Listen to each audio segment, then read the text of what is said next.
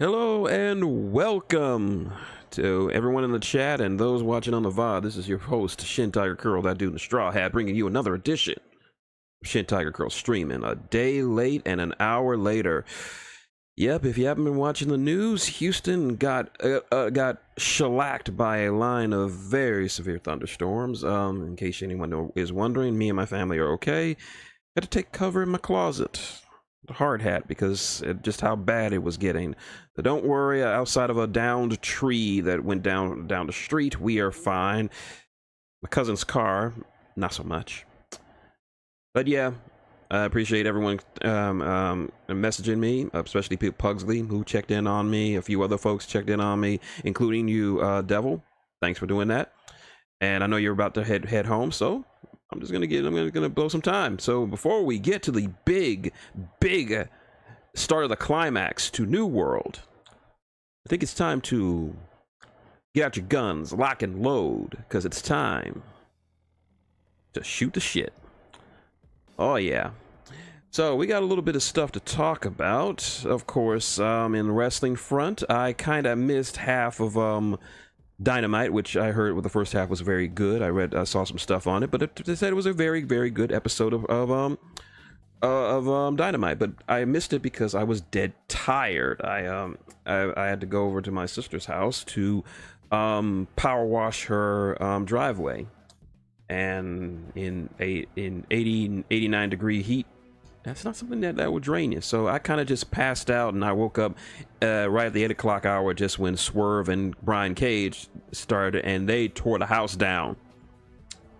Swerve getting a measure of revenge against Brian Cage for his betrayal, only to get jumped by Nick Wayne and Killshot, and having a framed picture of his daughter smashed over his face and smeared in with his blood.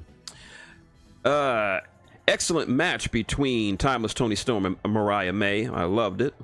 Nice little confrontation between Willow Nightingale and Mercedes Moné, just about a week or so ahead of their big matchup at Double or Nothing for the TBS title.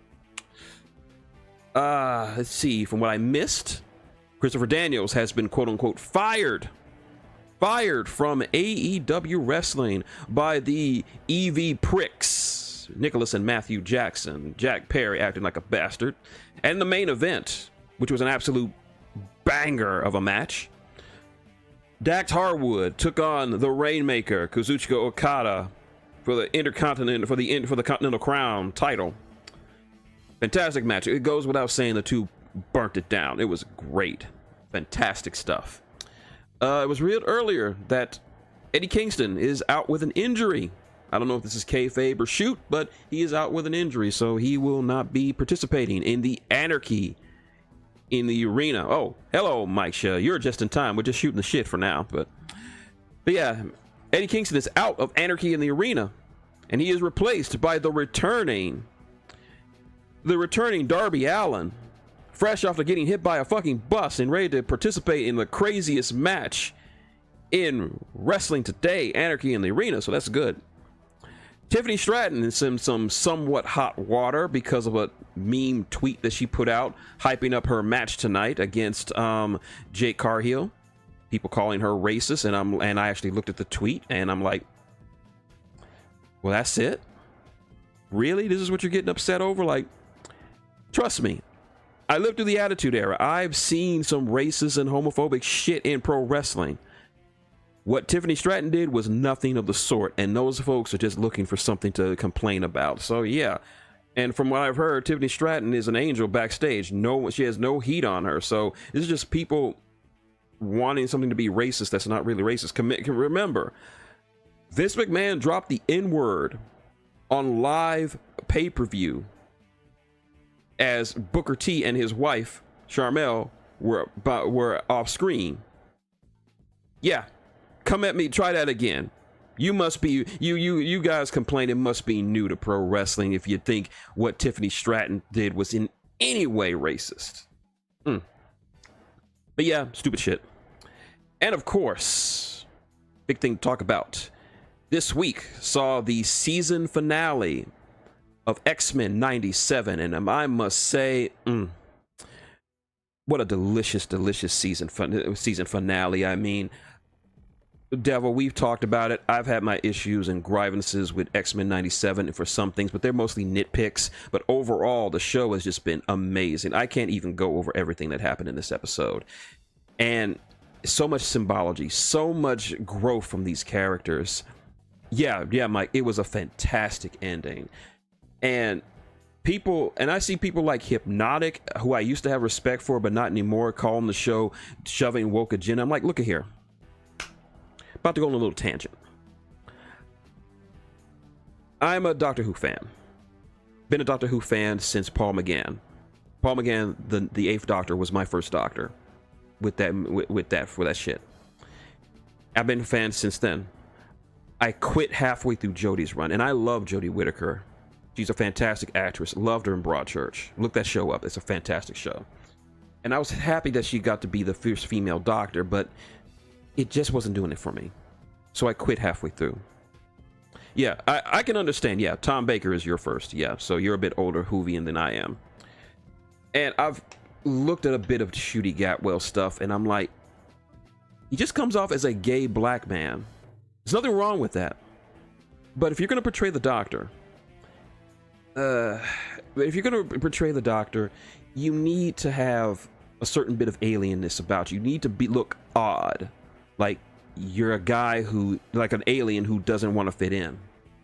And that's worked for the modern Doctors, for Eccleston, for Tennant, for Smith especially, and for my personal favorite Doctor, Peter Capaldi. And I just don't feel that for Ncuti.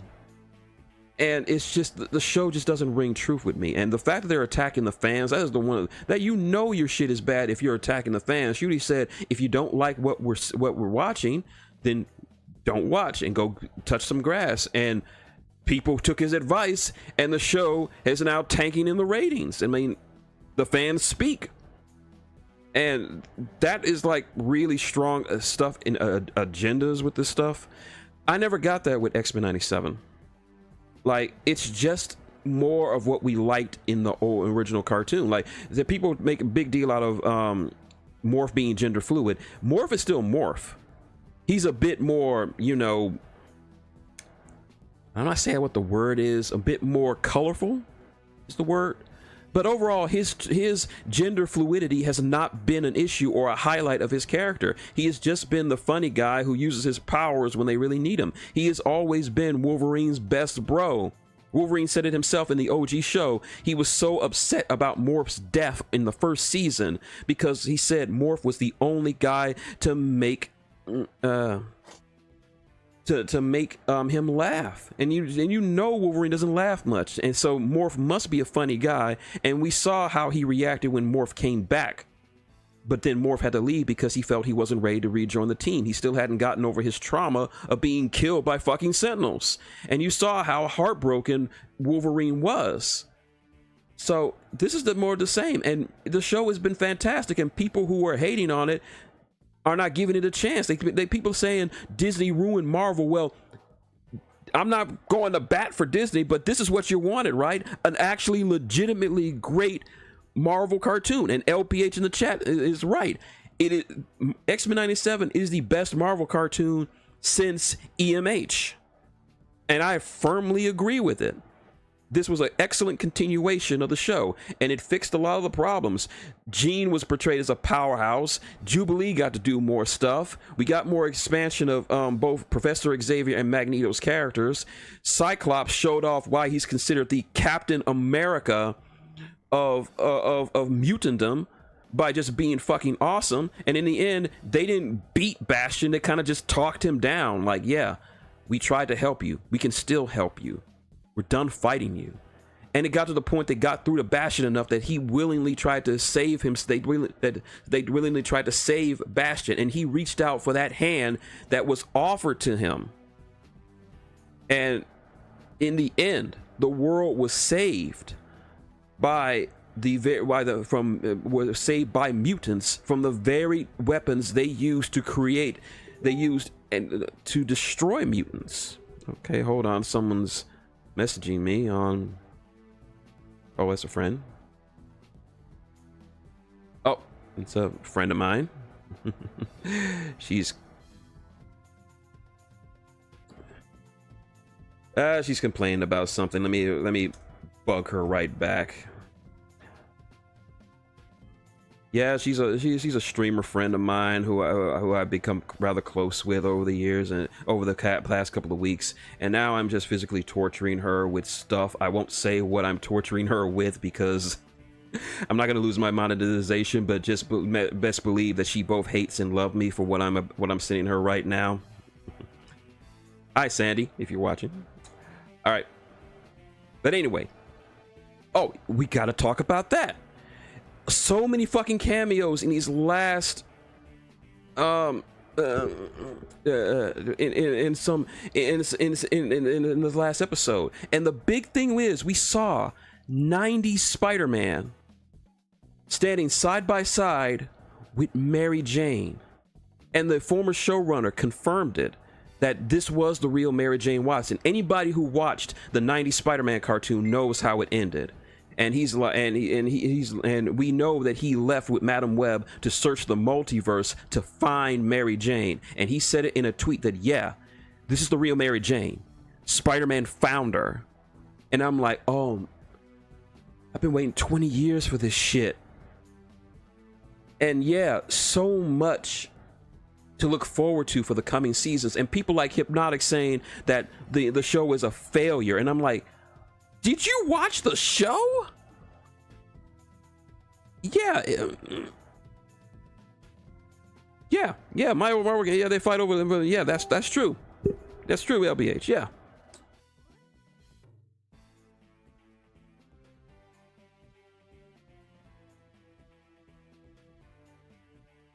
Yeah, this is my friend.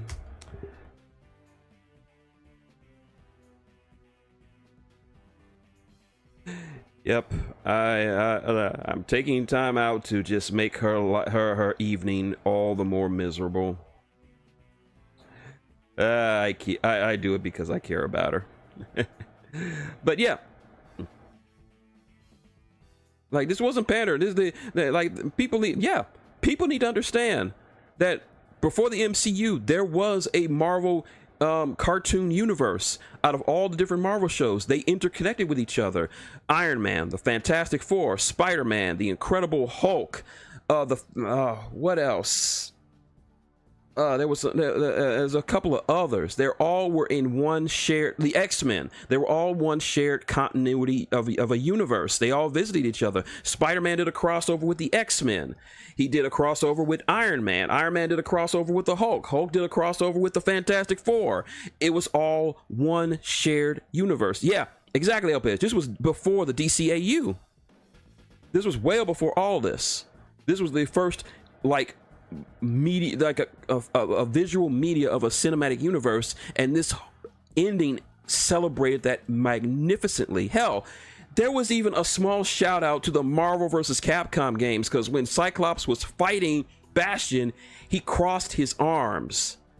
Because if you played any of the Marvel game, of the Marvel vs. Capcom games, or any of the crossover games, whenever a member of the X-Men did a particular pose, they always crossed their arms into an X. And when Cyclops, anyone who played MVC2 knows when he crossed his arms, the words "Behold, Optic Blast" hit. That was some good shit. So, folks who not watching this, because there is no little woke agenda in this. This is just mutants being mutants, saving the world, and not really giving the due. And the ending, the potential, like, we're gonna see Apocalypse return. And the fact that the X-Men are now encountering a young Apocalypse in Sabanur, with Jean and Cyclops far in the future with a young Nathan Summers, their son. If you're watching, if you're listening to this, if you happen to be listening to this on the VOD, you can hate Disney all you want. You can say that they ruined Marvel all you want. That's okay. You're fine to do that. But you cannot sit here and say that they're ruining X-Men, because they just gave you some of the best Marvel content you will ever see. And you are doing yourself a disservice if you don't break down and watch it. And their daughter. Yes, Mike Shell. So yeah, I'm glad. And according to Rogue's voice actress, they got the cast ready for seasons 2 and 3. So you can say they failed however you want, we're getting more X-Men 97, which is what I want. We all want more X-Men 97, and I'm here for it. Ugh. I felt like a kid again watching this shit. Ah! But yeah.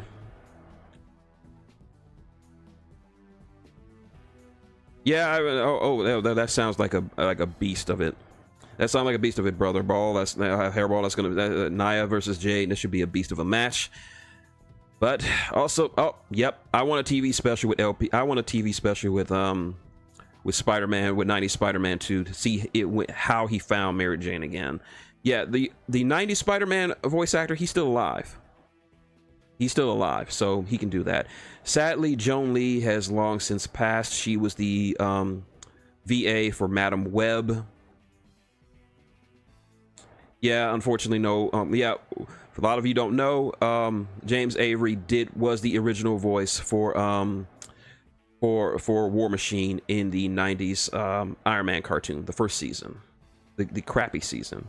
I can't believe I'm saying that, but that's just how it is.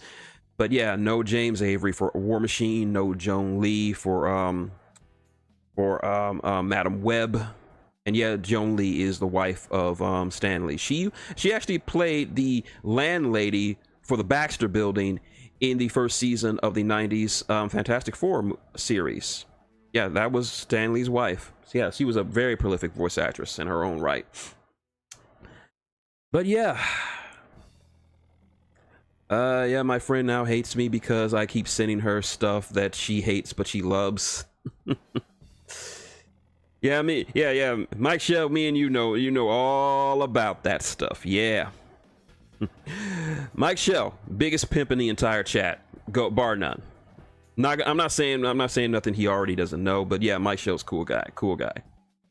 I could go on talking about Mike Shell. Also, Mike, I just want to let you know that my mom says that if you ever come back over again, she will make you a sweet potato pie, and that lets you know that you got in good with my mom, because she doesn't just make sweet potato pie for anybody. She's like, if that Mike guy comes over again, I'm gonna make him a sweet potato pie. So that's something to look forward to next time you're in Houston, Mike. Yeah, Mike Shell, great guy. All right, after some delays, as Brother Ball says, it's story time with Shintigercurl, baby. Yep. Yeah, you made I never told you this, Mike, but you made a very good impression on my mom. And every time I bring her up, she's like, even when I told him about your love life and all, she's like, oh, he's so nice, he's so sweet, you need to bring him around more. Like, you really made a good impression on my mom. So, like I said, she doesn't make sweet potato pie for just anybody. So that just lets you know how much of an impact you had. Yeah, Gruz has all the Riz, and he's gonna have more Riz in the next book, but that's neither here nor there. Let's get to the book. Yes. All right, time to pull out the old Dragon Ball Z voice here. Last time in New World, our heroes began a formal investigation into Professor Blackthorn's death and learned that he had learned far more than he let on, forcing the crew to head off to Roswell in search of answers. Meanwhile, Dawn was forced to stay at Castle Dracula, where she became even closer friends with the Princess Elandra and her guardian Akira. Also, the Emperor and his son were poisoned and are now incapacitated. What could this all mean? Well, we're going to find out tonight as we prepare ourselves for the big reveal. Chapter 14, The Coming Calm. Hot. Blisteringly hot. The small town of Roswell was hot. An all-oppressive heat that blanketed the town like an unwelcome sheet in a summer night. Once long ago, this town in this area was once New Mexico, and it was a hotbed of conspiracies and government cover-ups. But now it is merely another town in another area of the empire. Not that it's very much interesting in the town in its own right. Sorry.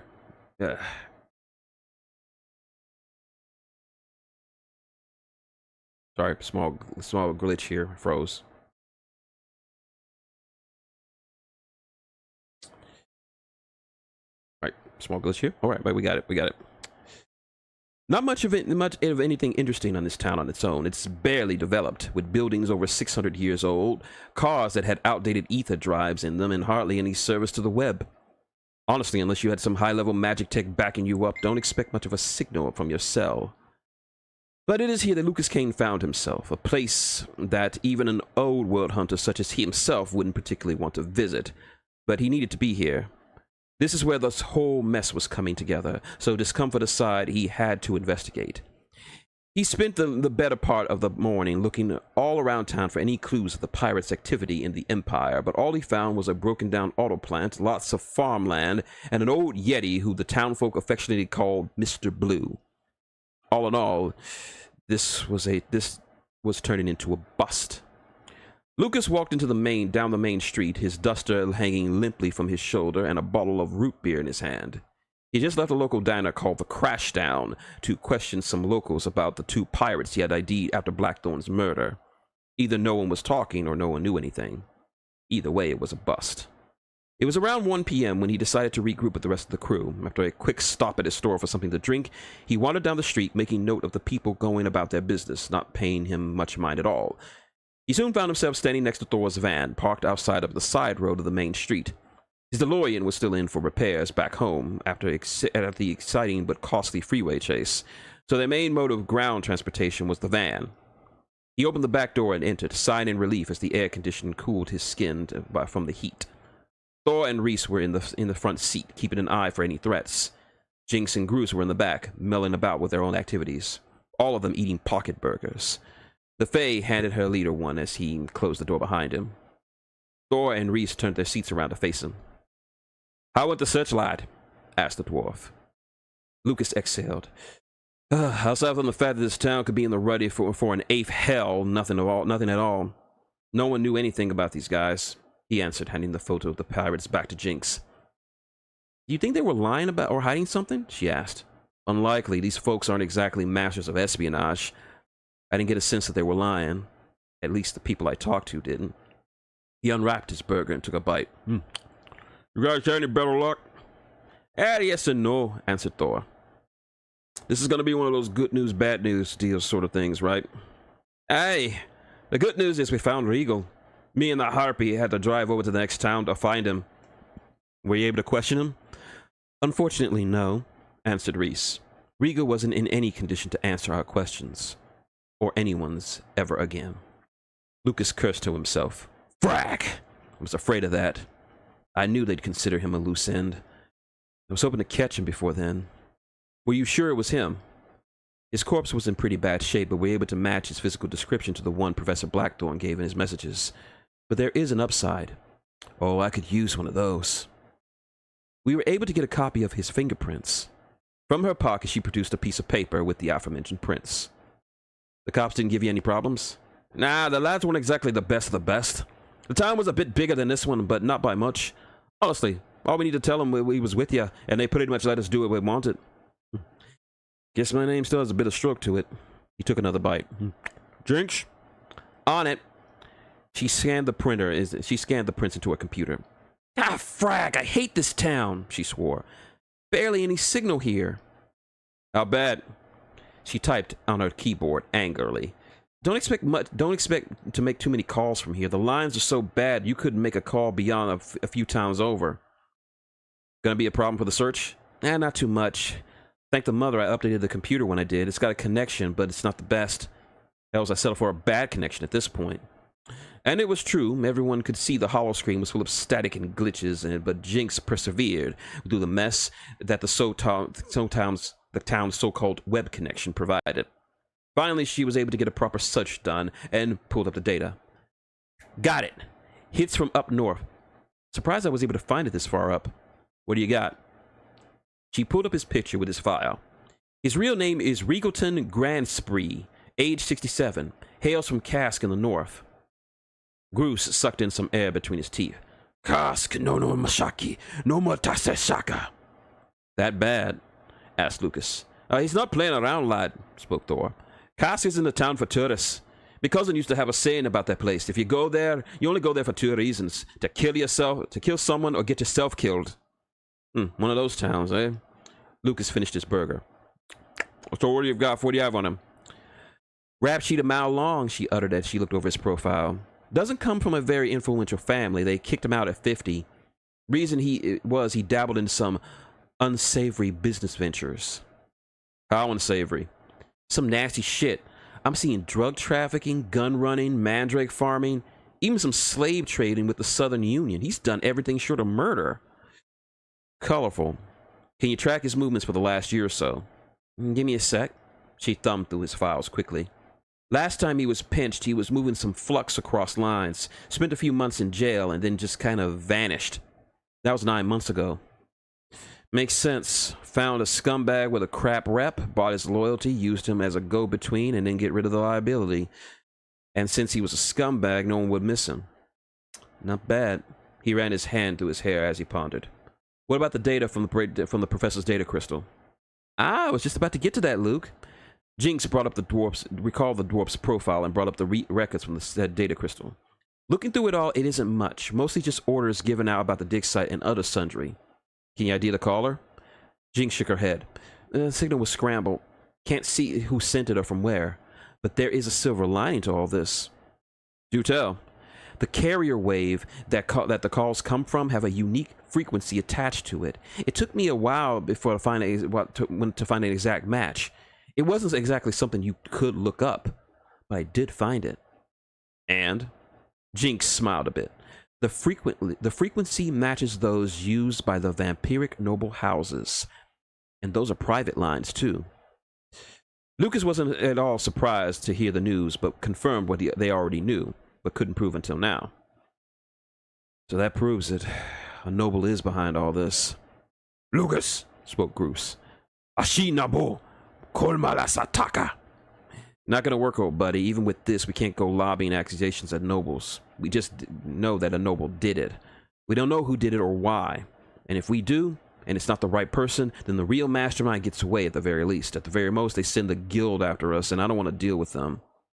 That fear for them is very real. As brave and as crazy as they were in the face of overwhelming odds, none of them wanted to deal with the guild of assassins.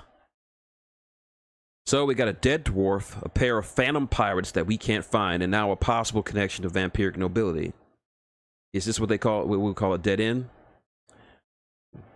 Lucas scratched his head at the thought of Thor's question. They had all the evidence, but none of it was concrete enough to point out to any one person or their motives. Okay, so we can't go any further with the dwarf or the phone records, so let's just focus on the pirates. But you said you inquired about them at the locals and turned up nothing, said Reese. Yeah, but they were here. That's indisputable. The photos from those college students prove it. But why, though? Why here? Asked Jinx. A good question, but one we can't answer right now. Lucas brushed his hair again. But one thing we can answer is where, as in, where were they? They had to have been here for at least a day or two, and they were here that long. They would have to have a place to stay. Jinx snapped her fingers. Like a motel or something. Exactly, they couldn't have slept on the street. They wanted to keep a low profile, so they had to stay in a motel. Reese instantly pulled up a small brochure and flicked through it. There are 3 motels in Roswell, one of which is not too far from here. A good place to start. Thor, put us in gear. The bell jingled as Lucas walked into the lobby of the Center Rock Motel, just a few minutes away from Main Street. It was the second of the 3rd motels in town, and the first didn't provide much in the way of clues. The owner wasn't there, and the staff wasn't exactly helpful, since some of them were drunk off their collective asses. The lobby of the Center Rock wasn't anything interesting, just very drab. Ugly. The walls were an ugly brown color with peeling wallpaper. The water fountain had seen better days in the corner. An old soda machine hummed in the stairwell, and behind a old dingy counter sat an even older dwarf. He was balding, with a long gray beard and overalls covering his frame. He looked up and smiled as Lucas walked over to greet him. Well, now, you're new around here. Welcome to the Center Rock Motel, son. What are we gonna do for you? Lucas answered, Hello. I was wondering if I could ask you some questions. The old dwarf arched an eyebrow. You're a cop? Nah, just a freelancer. I see, my son. Now, what do you want to know? Lucas produced a photo of the pirates and passed him to it. Have you seen these two men? Maybe gave them a room for a few days? The elder dwarf looked at the photo closely. Well, as closely as he could. Lucas saw the old man had very poor vision and didn't know if he'd be able to identify him. But I cannot say that I know them. I've had a few people come through. They're collegey kids came through here lately. Could be any one of them. These two definitely aren't collegey kids. One of them would have had a fake leg, cybernetic, probably limping. The old man started to think about the comment. Oh, yeah, I remember now, he exclaimed. Lad came through here with his mate, dragging that metal along the scroll, scratched it up too. Almost made him pay double for the room. So they did stay here. Oh, yeah, aside from the dragon one, they didn't cause no much trouble. Can you tell me what room they were in? Give me a second, my son. He reached under the desk to retrieve a rather large sign-in book. He quickly thumbed through the pages until he found the one he was looking for. Here we are. Signed under Biggie Pack, room 227. With a sort of name. Lucas didn't bother asking for the spelling since he assumed it was likely an alias. Has the maid cleaned the room? I don't think so. The maid's a bit slow lately. He glanced back at the human. You want the room? It's 200 drachs a night. Lucas pulled out a wad of bills and placed them on the desk. Here's 400 for a few minutes with me and my crew to look around. The old man quickly snatched at the money and counted them. Pleased with the offer, he said, for this much, my son, you and your lot can have a bloody orgy in there. Not gonna happen. The dwarf hopped up his seat and walked to the wall where he kept the keys. He grabbed one and tossed it to Lucas. Thanks. Thank you, my son. As the old dwarf counted the newly gained funds, Lucas walked out of the lobby and back into the afternoon sun. The van wasn't parked far from the entrance, so the journey back wasn't as bad. Thor glanced out of the driver's side window as Lucas approached. He dangled the keys, telling them they had found the right place. Lucas motioned for the others, and all four exited the van, joining Lucas as he made his way to the room. Up they went the flight of stairs and followed the numbers till they reached room 227. Lucas unlocked the door and opened it, giving them entry into the room. Like the old man said, the room hadn't been cleaned yet, which is exactly what Lucas hoped for. It wasn't messy by any stretch of the imagination, it just showed signs that someone had occupied it. The beds were unmade, there was still trash in the basket, and the floor was covered in tracks. A nightmare for a maid, but a treasure trove for an investigation. Alright, ladies and gents, spread out and let's see what we can find, he ordered as the group dispersed among the room.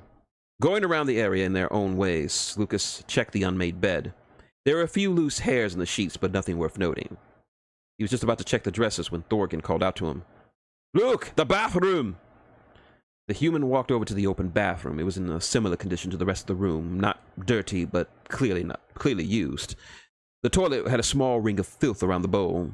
The shower door was open with a very used bar of soap on the floor, and the rug was in good need of cleaning. The dwarf called his attention over to the sink. Here, lad, what do you make of that?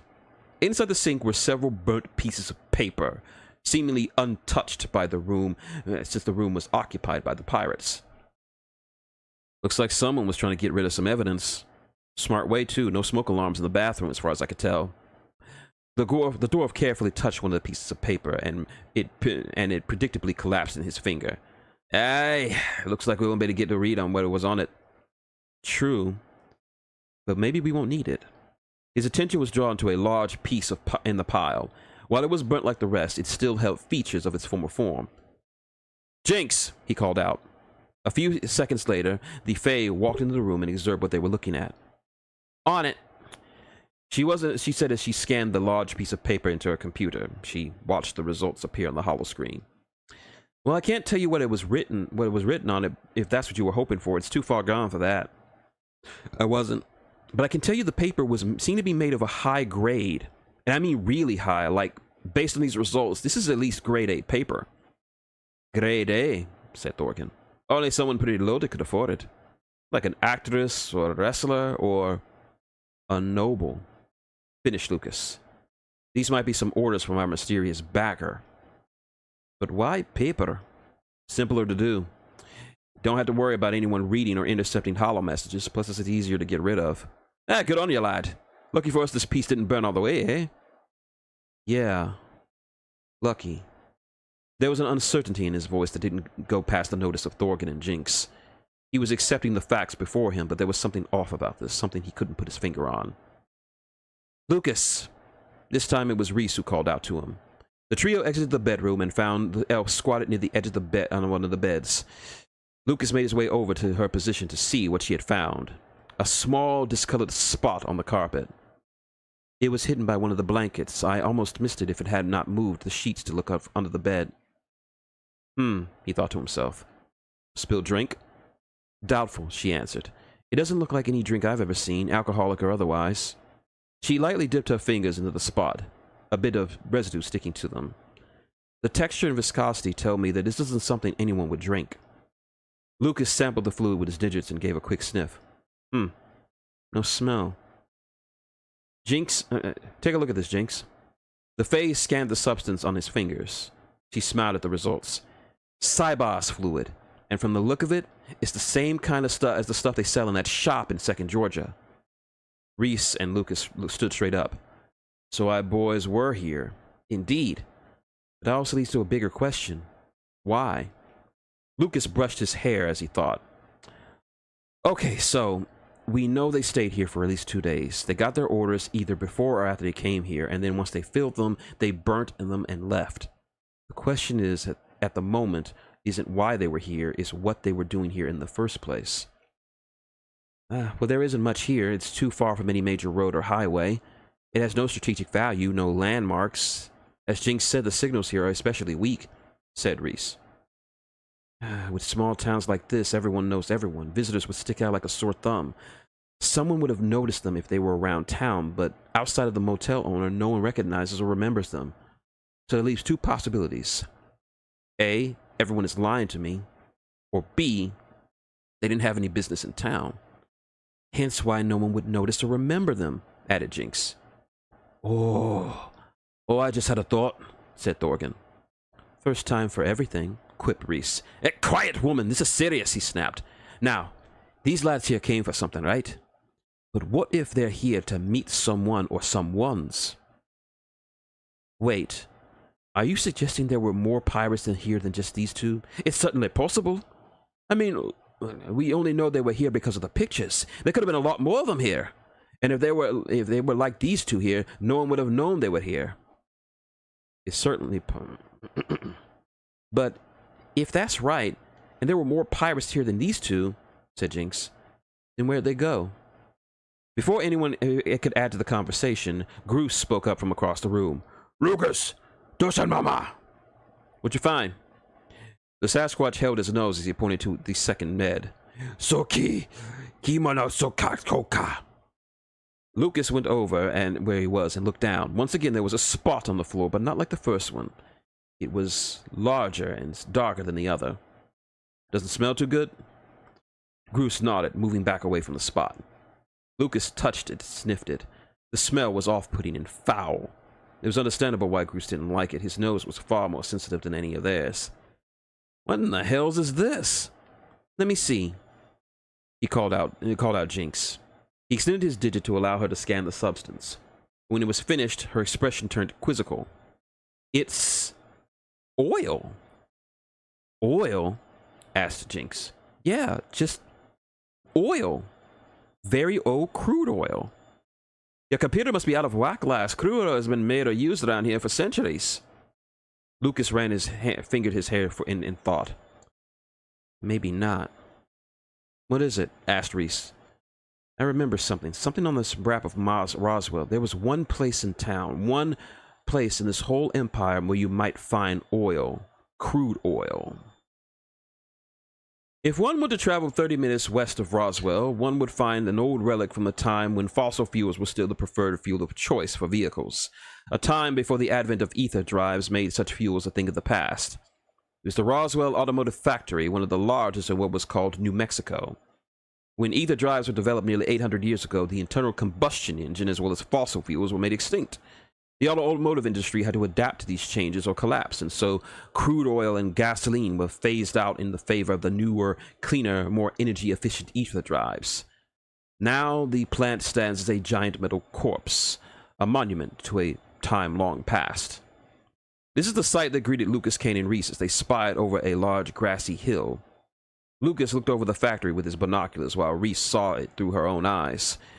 The place is in reasonably good shape, given it was over 8 centuries old, but it's not the factory's condition they noticed. No, it was something else. After an hour and a half of the stakeout, they noticed something interesting. A truck pulled up to the rusty gate, and to their surprise, it opened up for it.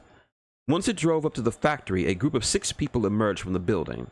One of them spoke to the driver. No one could make out what was being said, and then the vehicle drove into the building via the open gate. Once the group returned to the inside, the gate lowered itself closed. The pair looked at each other with matching recognition and carefully slid down the hill. A short distance away from the van was them parked underneath a big tree. Thorgan, Jeeks, and Groose sat outside under the shade, fanning themselves and drinking water to fight the oppressive sun. "How's it looking over there?" "The factory is occupied," answered Reese. "We saw at least 5 individuals leave the building, as well as a truck." "A truck?" Lucas answered. "Yep. From the look of things, it wasn't the first time this truck was there." "You think this is where the pirates are holed up?" asked Jinx. "It's looking that way." "I will give them credit. The location is perfect for their needs. Out in the middle of nowhere, very little traffic, near a town where they can gather supplies without bringing up much to suspicion on themselves." Lucas nodded with the elf's assertions. "And it's not too far from the dig site.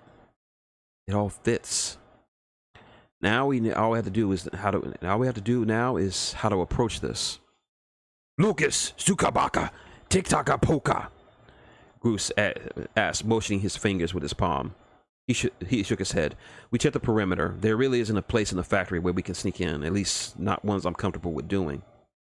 "So what do you think we should do? Shock and awe?" "Shock and awe. We hit them fast and hard, blitz them so fast they won't have time to respond well enough. It's risky, but it's the best option we got." Jinx took a swallow of water before she spoke. "Shame we can't go back to the office. Between this heat and the long trip, we won't be flying anywhere anytime soon. We'll make do with what we got.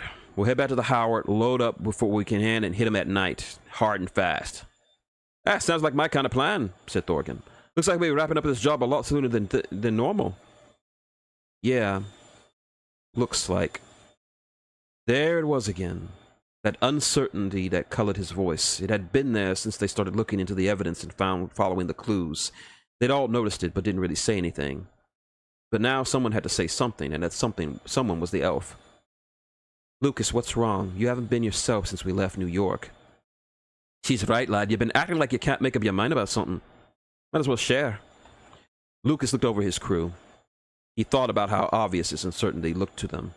He didn't want to share his concerns with them, so long as the job was finished, but at this point, it couldn't hurt to share. Since we started looking into this whole mess, I've had reservations. I can't put it into words. Everything lines up perfectly. I can see where it's all leading, but I can't shake this feeling like we're being played." "You think it's a trap?" asked Jinx. "I don't know," he answered, hands on his head. "I honestly feel better if they tried to kill us right now, but something is off. I know it." "Dakamatuta Hashishita?" "Nah, I can't afford to wait. Not with these guys. Whatever the inside that plant, good or ill, it's gonna have the answers we need. Nothing else to do but do it." Everyone nodded in agreement with his decision and piled back into the cooled air condition of the van. But Lucas was right to be worried, because unbeknownst to them, as they drove away, they were being watched. 2 miles away from where they were, a lone man stood next to a black truck, binoculars in hand. He had been watching them since they arrived, taking notes of their activities, but making no alarm or advance on their position. He simply watched and waited. Once they left the area, he pulled out his cell, specially modified to work in this dead zone better than most. He dialed a number and put it to his ear. "Captain, it's me," he said. "What have you got?" "They're here, just like the big man said." "What did they do?" "Just watched for a while and then left. Think they gave up?" "No, not this lot. They're probably planning to hit the factory." "You want I should send some swabs to mess them up?" "No, these guys are well beyond you right now. Let them do what they want. It won't change anything." "Right, Captain. Head over and spread the word to the others. When they come, make it look good. Remember, they have to think they're winning until it's over." "Yes, Captain." "Once you're done here, head back to the rendezvous point. You'll join up with the rest of the crew for the final stage." "We already starting?" Big man says we move out tomorrow morning. Be ready. Aye, Captain. Nighttime near Roswell. The sky was especially clear tonight. One could make out any and all constellations with the naked eye on this night. A perfect night for stargazing. A single pirate was on guard duty outside the dimly lit factory grounds. He was irritable and hungry, but someone needed to stand guard tonight. According to his boss, they were coming tonight. Not that he believed him himself. He didn't doubt Captain Crow's assessment that they were coming to the factory, but what could they do? They had months to build the defenses of the building. They were not getting in. Little did they realize, standing around the middle of the grounds, a certain purple-haired elf had him square in his sights with her sniper cannon. She perched on top of the van, through the hatch on the roof. She was going to be the signal to start this battle. "Is everyone ready?" she called out. "We're ready," called out Lucas. "Start the ball, lady." With a small smile on her face, she adjusted her aim and finally squeezed the trigger. The round shot out of the barrel and cut through the air like a hot knife through warm butter. It was doubtful the poor pirate heard the shot coming, and he was probably dead before he hit the ground as the bullet pierced his heart and exited out the back. After felling the pirate, the round struck the wall of the factory, exploding in a blast that rocketed the building. "Punch it!" Lucas ordered as the dwarf put his van into gear and raced down the dirt road towards the factory. As they drew nearer, they saw hordes of pirates flooding out of the building, armed to the ready. Reese fired off another explosive round into the thick mass, scattering them like roaches in the light on. They soon turned their attention to the approaching van, unleashing a wave of gunfire on them. Reese ducked back into the van before the hail of bullets bounced off the frame, thankfully reinforced by its diminutive owner. The van punched through the rusted gate and slid to a stop. The pirates were raining down gunfire on the vehicle, but none of them were doing much damage. The side sliding door opened fast enough and wide enough for Jinx to toss out some of Thorgan's homemade explosives. The blast blew some of them back. Some were dead, others were merely wounded. Lucas opened his door and fired a fire round at them, driving them back. The remaining pirates fell back into the factory, closing the large door behind them. By now, all the pirates were standing around the door, guns at the ready. "What the hells was that?" one of them screamed. "How come no one told us they had this kind of firepower?" "Shut up," said another. "Just hold them back and stick to the plan." Even though they were preparing for the assault, they weren't prepared for the force this small group was bringing to bear against them. Even though they outnumbered them 20 to 1. They were the ones with their backs against the wall. The garage door exploded towards them. A storm of shrapnel blanketing the area. When the smoke cleared, Groose stepped through, his beloved chain gun out and ready. He smiled a violent grin. The pirates took a good look at him and the giant gun in his hands. They instantly took cover. Groose poured on the fire as the others emerged from behind him, all of them aiming and firing at the pirates. Groose's covering fire kept them at bay while the others could take their time with their shots, picking them off anyone stupid enough to pop their heads from behind the old machinery. It was a monumental gun battle, the air filled with powder and lead. Watching from above what could be assumed of the manager's office was a dark-haired young man wearing a white dress shirt and black pants. He looked over the carnage, the screams of his fellows filling the air as Lucas and his crew gained more ground by the second. And he smiled. He turned his attention to another sharply dressed man in the office and said, "It's time. Get ready." The other man began to shred and burn any papers and documents as fast as he was able. The first one returned his eyes to the battle. One of the pirates tried to jump Lucas, catching him in a bear hug.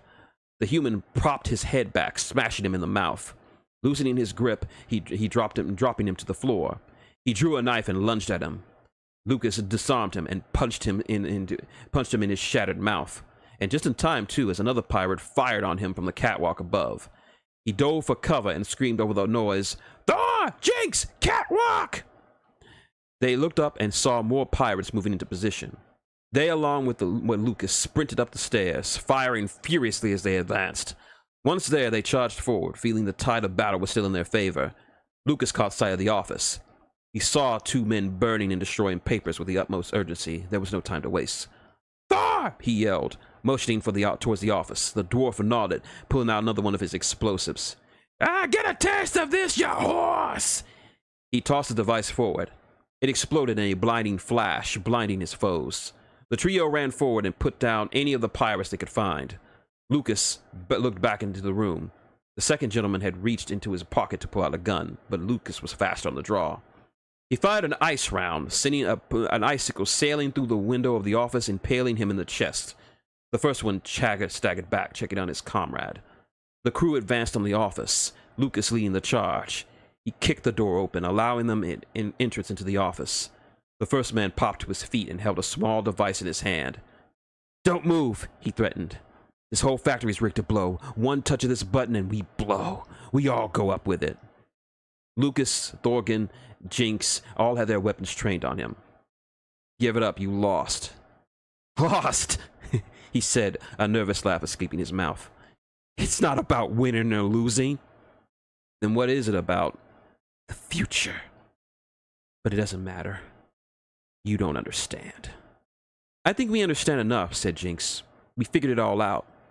"You only think you did, you fool. You lost a game you didn't even know you were playing. By the time you figure it all out, it'll all be over. I don't need to win. I just need to make sure you lost." "You might have a point. We don't have all the answers, that's true. But you know what we do have?" "What's that?" A bullet dug straight into his skull, and he fell back on the floor, dead.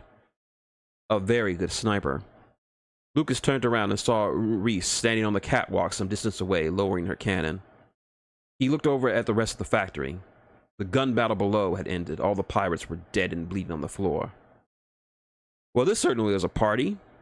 The trio looked around the office. It was covered with data crystals and papers, some already destroyed. "He seemed very eager to die with us," said Jinx. "What do you think he meant by all that? Maybe he was just spouting crap?" said Thor. "Maybe, but he seemed so sure." "Something is off. I just know it," Lucas said as he looked around the office. "Start searching. See if anything you can find." Thorgan and Jinx began to rummage around the room, thumbing through the stacks of papers. As they did, Reese walked into the room, followed by Groose sans chain gun. "I believe that's all the pirates. We are alone here," she reported. "Good. Let's see what they're so eager to destroy." Jinx found a list on a cupboard and on a clipboard and read it. "Luke!" she called out. He walked over to her. "Look at this." He quickly scanned the paper. It was a list of varying bits of equipment and items he didn't recognize. "What's all this?"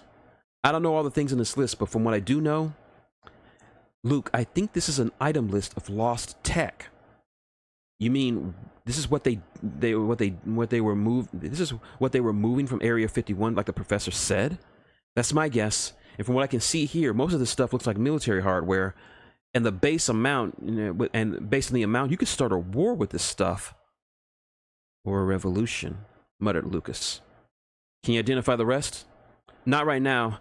Gonna need a stable connection for the web to do that." Lucas sighed to himself. "Damn boonies." Thorgan jumped from his pile of papers and said, "I think I might have found something to brighten your spirits, lad." "I'll take anything at this point." The dwarf handed him a single sheet of golden brown paper. Lucas fingered it carefully, thumbing the texture and the weight. Can't tell outright, but want to bet that this is the same type of paper that we found in the motel room.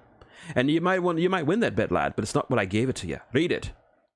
Lucas readjusted his eyes and began to read the note. It is to Lieutenant Admiral Kairos, 2nd Command, Imperial Coast Guard. It is requested that on the night of 9th of July, 1047 NW, that you lax patrols around Falcon Beach, New Jersey, for reasons that cannot be shared. It is imperative that this be carried out with the utmost secrecy and discretion. You will be compensated greatly for your cooperation. Sincerely, Bartolo, 19th Lord of the House of Bathory. There was a stillness in the air after he read the letter. The last part was all he needed to confirm their suspicions about who was behind all this. No more was needed to be proven. This letter was the smoking gun they had flown across the entire country to find. "Bathory," Lucas uttered, as if to confirm audibly what they all thought internally. Reese spoke up. "Did you know?" "A bit," he answered. "They were 5th on my list. I didn't want to say anything, not until we had some solid proof." "Doesn't get more solid than this. He's the one." Yep, but we need more. We need something to really drive it home. Search the bodies. Thorgan and Jinx were walking over to the corpses and searched their pockets. After a bit, Jinx found a cell phone in the pocket of the leader of this factory. She looked it over, the casing and the attachments. Woo! Somebody paid a fortune for this baby. What's up? This bad boy's been heavily modded. Signal booster, static cutter, extended memory. You could call anywhere in the Empire with this thing and it wouldn't drop the signal. Best way to keep in touch with anyone else in this dead zone. Jinx opened the cell and began to examine it. After a few minutes, she announced, "Now this is interesting." "What is?" "This phone signal is locked. It can only call one number. And judging from the carrier wave, it's the same one from the crystals on record. From the records on the crystal." Another stone-cold silence. They knew what it meant. The moment of truth. "Jinx," spoke Lucas. "Call it." With a smirk, the Fae pressed the redial button and placed it on the table. After ringing for a few seconds, the hollow image of Lord Bartolo Bathory appeared, his face stony and oppressive. "Who is this?" he barked. "This is a private line." "Oh, I know it is, your lordship," Lucas greeted with a false sense of respect. The vampire lord looked at the human and his crew and sneered. You're the human who was at the castle the other day." "I'm pleased his lordship remembers me." "Only vaguely. Now what are you doing on this line? This frequency is for private use by nobility." "Enough games, Bathory," he said, no longer feeling the need to play with him. "We know." "You refer to me by my full title, human," he snapped. "And what in the seven hells are you talking about?" "We know. Took us a few weeks and traveling all over the Empire, but we know everything. You tried to cover your tracks, but you didn't do a good enough job. I think espionage is a bit beyond your ken. You tried and you failed. Now with all this evidence, you'll be removed from your position, tried and found guilty." "Guilty, you say? Guilty of what?" "To start with, conspiracy against the crown, dealing with illegal weapons, conspiring with pirates, robbery, extortion, assault, fraud. But most of all, to me anyway, the murder of Professor Silas Blackthorn. Now everything else I really wouldn't care too much about," he said in a tone getting lower and deadly as he continued. "But that last bit, it lit a fire under me. You had to kill a guy I liked. I don't take that kind of crap laying down, so I really wanted to find you, and as much as I want to fly to your home, kick in your doors, and beat your face into old lunch meat, I'll leave that for the courts." Silence filled the air as Lucas and Lord Bathory stared at each other, waiting for the other to flinch. Then something odd happened that took Lucas and his group by surprise.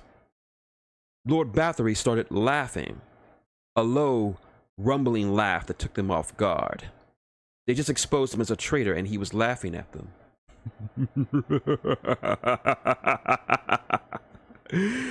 "Impressive, Mr. Kane. Most impressive. You are truly deserving of your reputation as a genius investigator. I am in awe of your skills, but there's just one problem with your theory." "And what's that?" he spat. "I have no idea what you're talking about." Lucas's eyes went wide. He was flabbergasted by the gall of the man. "What?" "I have no clue as to what this has to do with me. You call my private line and hurl insults and threats and accusations without a shred of evidence. To suggest that I would not only consort with pirates, but commit treason against the crown? I'll have you and your motley crew be hanged for this." "You can't play stupid!" Lucas bellowed in his anger. "We have more than enough evidence to prove your involvement, especially this." Lucas held the letter to the screen. "A letter to the vice head of the Coast Guard asking you to lighten up patrols to allow you to smuggle pirates into the Empire. Signed by you." Bathory stared at the note and seethed. "I did not sign that. That is a forgery, if I've ever seen one." "It certainly looks like your signature. I'm sure a handwriting comparison will yield a positive match." This is an insult," he roared. "Eric!" On the other side of the call, inside of the Lord's private study, young Eric entered the room. He was shocked to see the enraged countenance of his uncle and the open, hollow image of Lucas Kane and his crew. "Yes, uncle." "It seems someone is playing a joke upon me. Someone has forged my signature." "Forged, you say?" he asked. "But that can't be." "But it is. Look." He pointed to the letter in Lucas's hand. The young vampire looked at the paper and the signature upon it. "It is your signature, uncle." "No, it is not, fool. Someone is trying to implicate me in conspiring against the crown. This could ruin us." "Indeed, uncle. But it is still your signature." "I have never seen this letter in my life." "That may be true, uncle. But it is still your signature." Bathory slammed his fist on the table. "Why do you keep saying that?" "Because that's what people will say, uncle." "Are you trying to be funny at a time like this, you bastard?" Eric was completely straight-faced as he faced the fury of his uncle. "No, uncle, I'm very serious about this, and I'm very certain that is your signature." "And how can you be so certain of that?" "Of course I'm certain of it, that it is. I mean, I did sign it myself." That was all it took. That single sentence was enough to deflate the anger and rage between the two parties. Lord Bathory was frozen as his mind couldn't process the level of outrage he was experiencing at this moment. The crew were stunned into silence at this new revelation. As for Lucas, all of his fears and uncertainties and doubts were laid bare. Finally, the pieces fit. For the first time since he began to look into this job, it all made sense. And that guy was right. This was a game, and they had been played, probably since the beginning. He dropped to the floor as he looked at the impassive face of the Lord's nephew, who didn't seem to grasp the full weight of his words. But he did. Lucas knew it. Beneath the calm was a mind more cunning than he could have ever imagined. "What did you say?" Lord Bathory spoke, his voice barely above a whisper. "I said I did sign it, uncle," he answered, looking as if he had grown a second head. "It wasn't easy, I can tell you that much. It took me years of practice and study to get your handwriting just right. But thankfully, you gave me plenty of chances to watch your hand at work. Sneaking away pages with your name on it, that was a bit more difficult than you would think. But I think it turned out all right." Bathory's face was a portrait of barely contained rage. "What have you done? It was necessary, uncle. If I hadn't forged your signature, I couldn't progress with the plan as much as I did." "You've implicated me in a conspiracy against the crown. I could be killed for this." "I know. I had to do it so that anyone who looked too deeply into it would see that all the evidence would point to you. It's rather brilliant, if I do say so myself." Lord Bathory took a powerful swing at him, but Eric skillfully dodged it. "Oh no, uncle. No more of that today. No time for punishments for me." "You bastard!" he screamed, swinging wildly at his nephew. Eric smoothly avoided his wild attacks from his enraged attacks. He was utterly blind with rage, smashing the bookcases and stands that decorated the room, all the while Eric remaining calm and neutral. "I took you into my home. I trained you, raised you as my own, and this is how you repay me, with betrayal." "Oh, do not think me ungrateful, uncle. I am grateful for your support and teachings. I have learned a great deal from you. But now, all I require from you is your eternal silence." Just then the doors to his study flew open, and Alfonso and Willis stormed in, blades in their hands.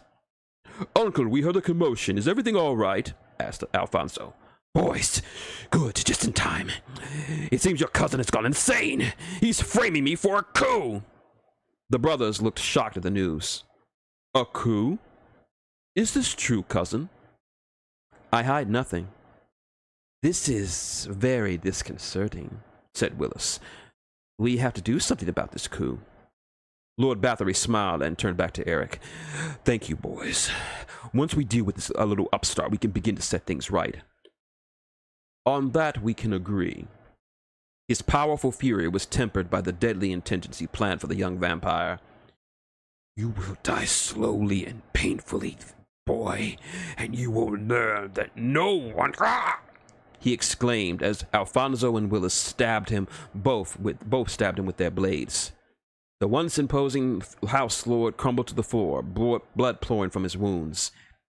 He looked up and saw his nephew standing over him with no sign of remorse. "Why?" he sputtered out. Alfonso answered, "We agree with you, uncle.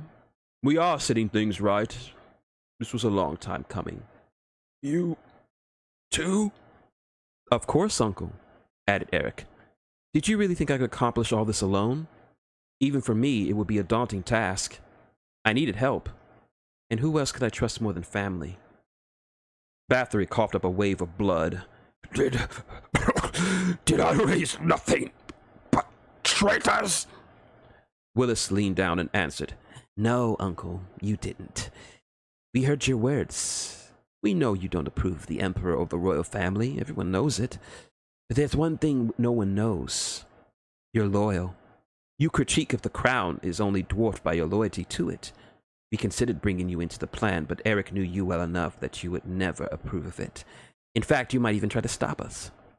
I went to bat for you, uncle, but I was voted down." "Don't feel too bad, uncle," said Eric. "You've raised the future rulers of the empire." Lord Bathory was in a terrible position. Normally, he could easily kill his nephews with little trouble, and he was now wounded. He was certain his injuries were not fatal, but they were severe enough that he couldn't fight them all without a chance of them killing him.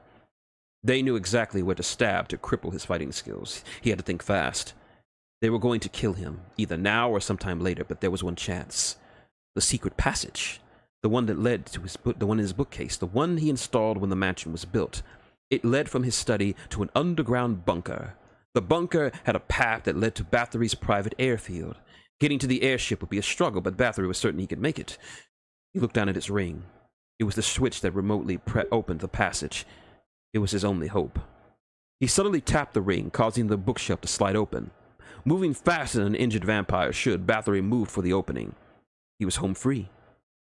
But if he was right in his right mind, he would be a bit more cautious. He would have noticed that his nephews didn't stop him from making the passage, or why they didn't seem to care that he was trying to escape. Bathory saw the stone steps that descended into the darkness and could only think of escape and survival. Such thoughts vanished as his forward momentum was halted. He felt something grasp his face. He felt a grasp, an impossibly strong grip, clamp around his face and lifted him straight up off the ground. He struggled, punched, and flailed about, but nothing could loosen the grip that possessed him. He was lifted back into the study, where in the lamplight he saw the face of his assailant. It was a face that Lucas Kane knew extremely well. "Good catch, LaRue," Eric said as the giant pirate stomped into the room. Lord Bathory struggling form in his hand. Behind him, Captain Phineas Crow and his glasses, smiles on their faces. "Ah, Captain. Glad you could make it." "Thank you, sir," he said.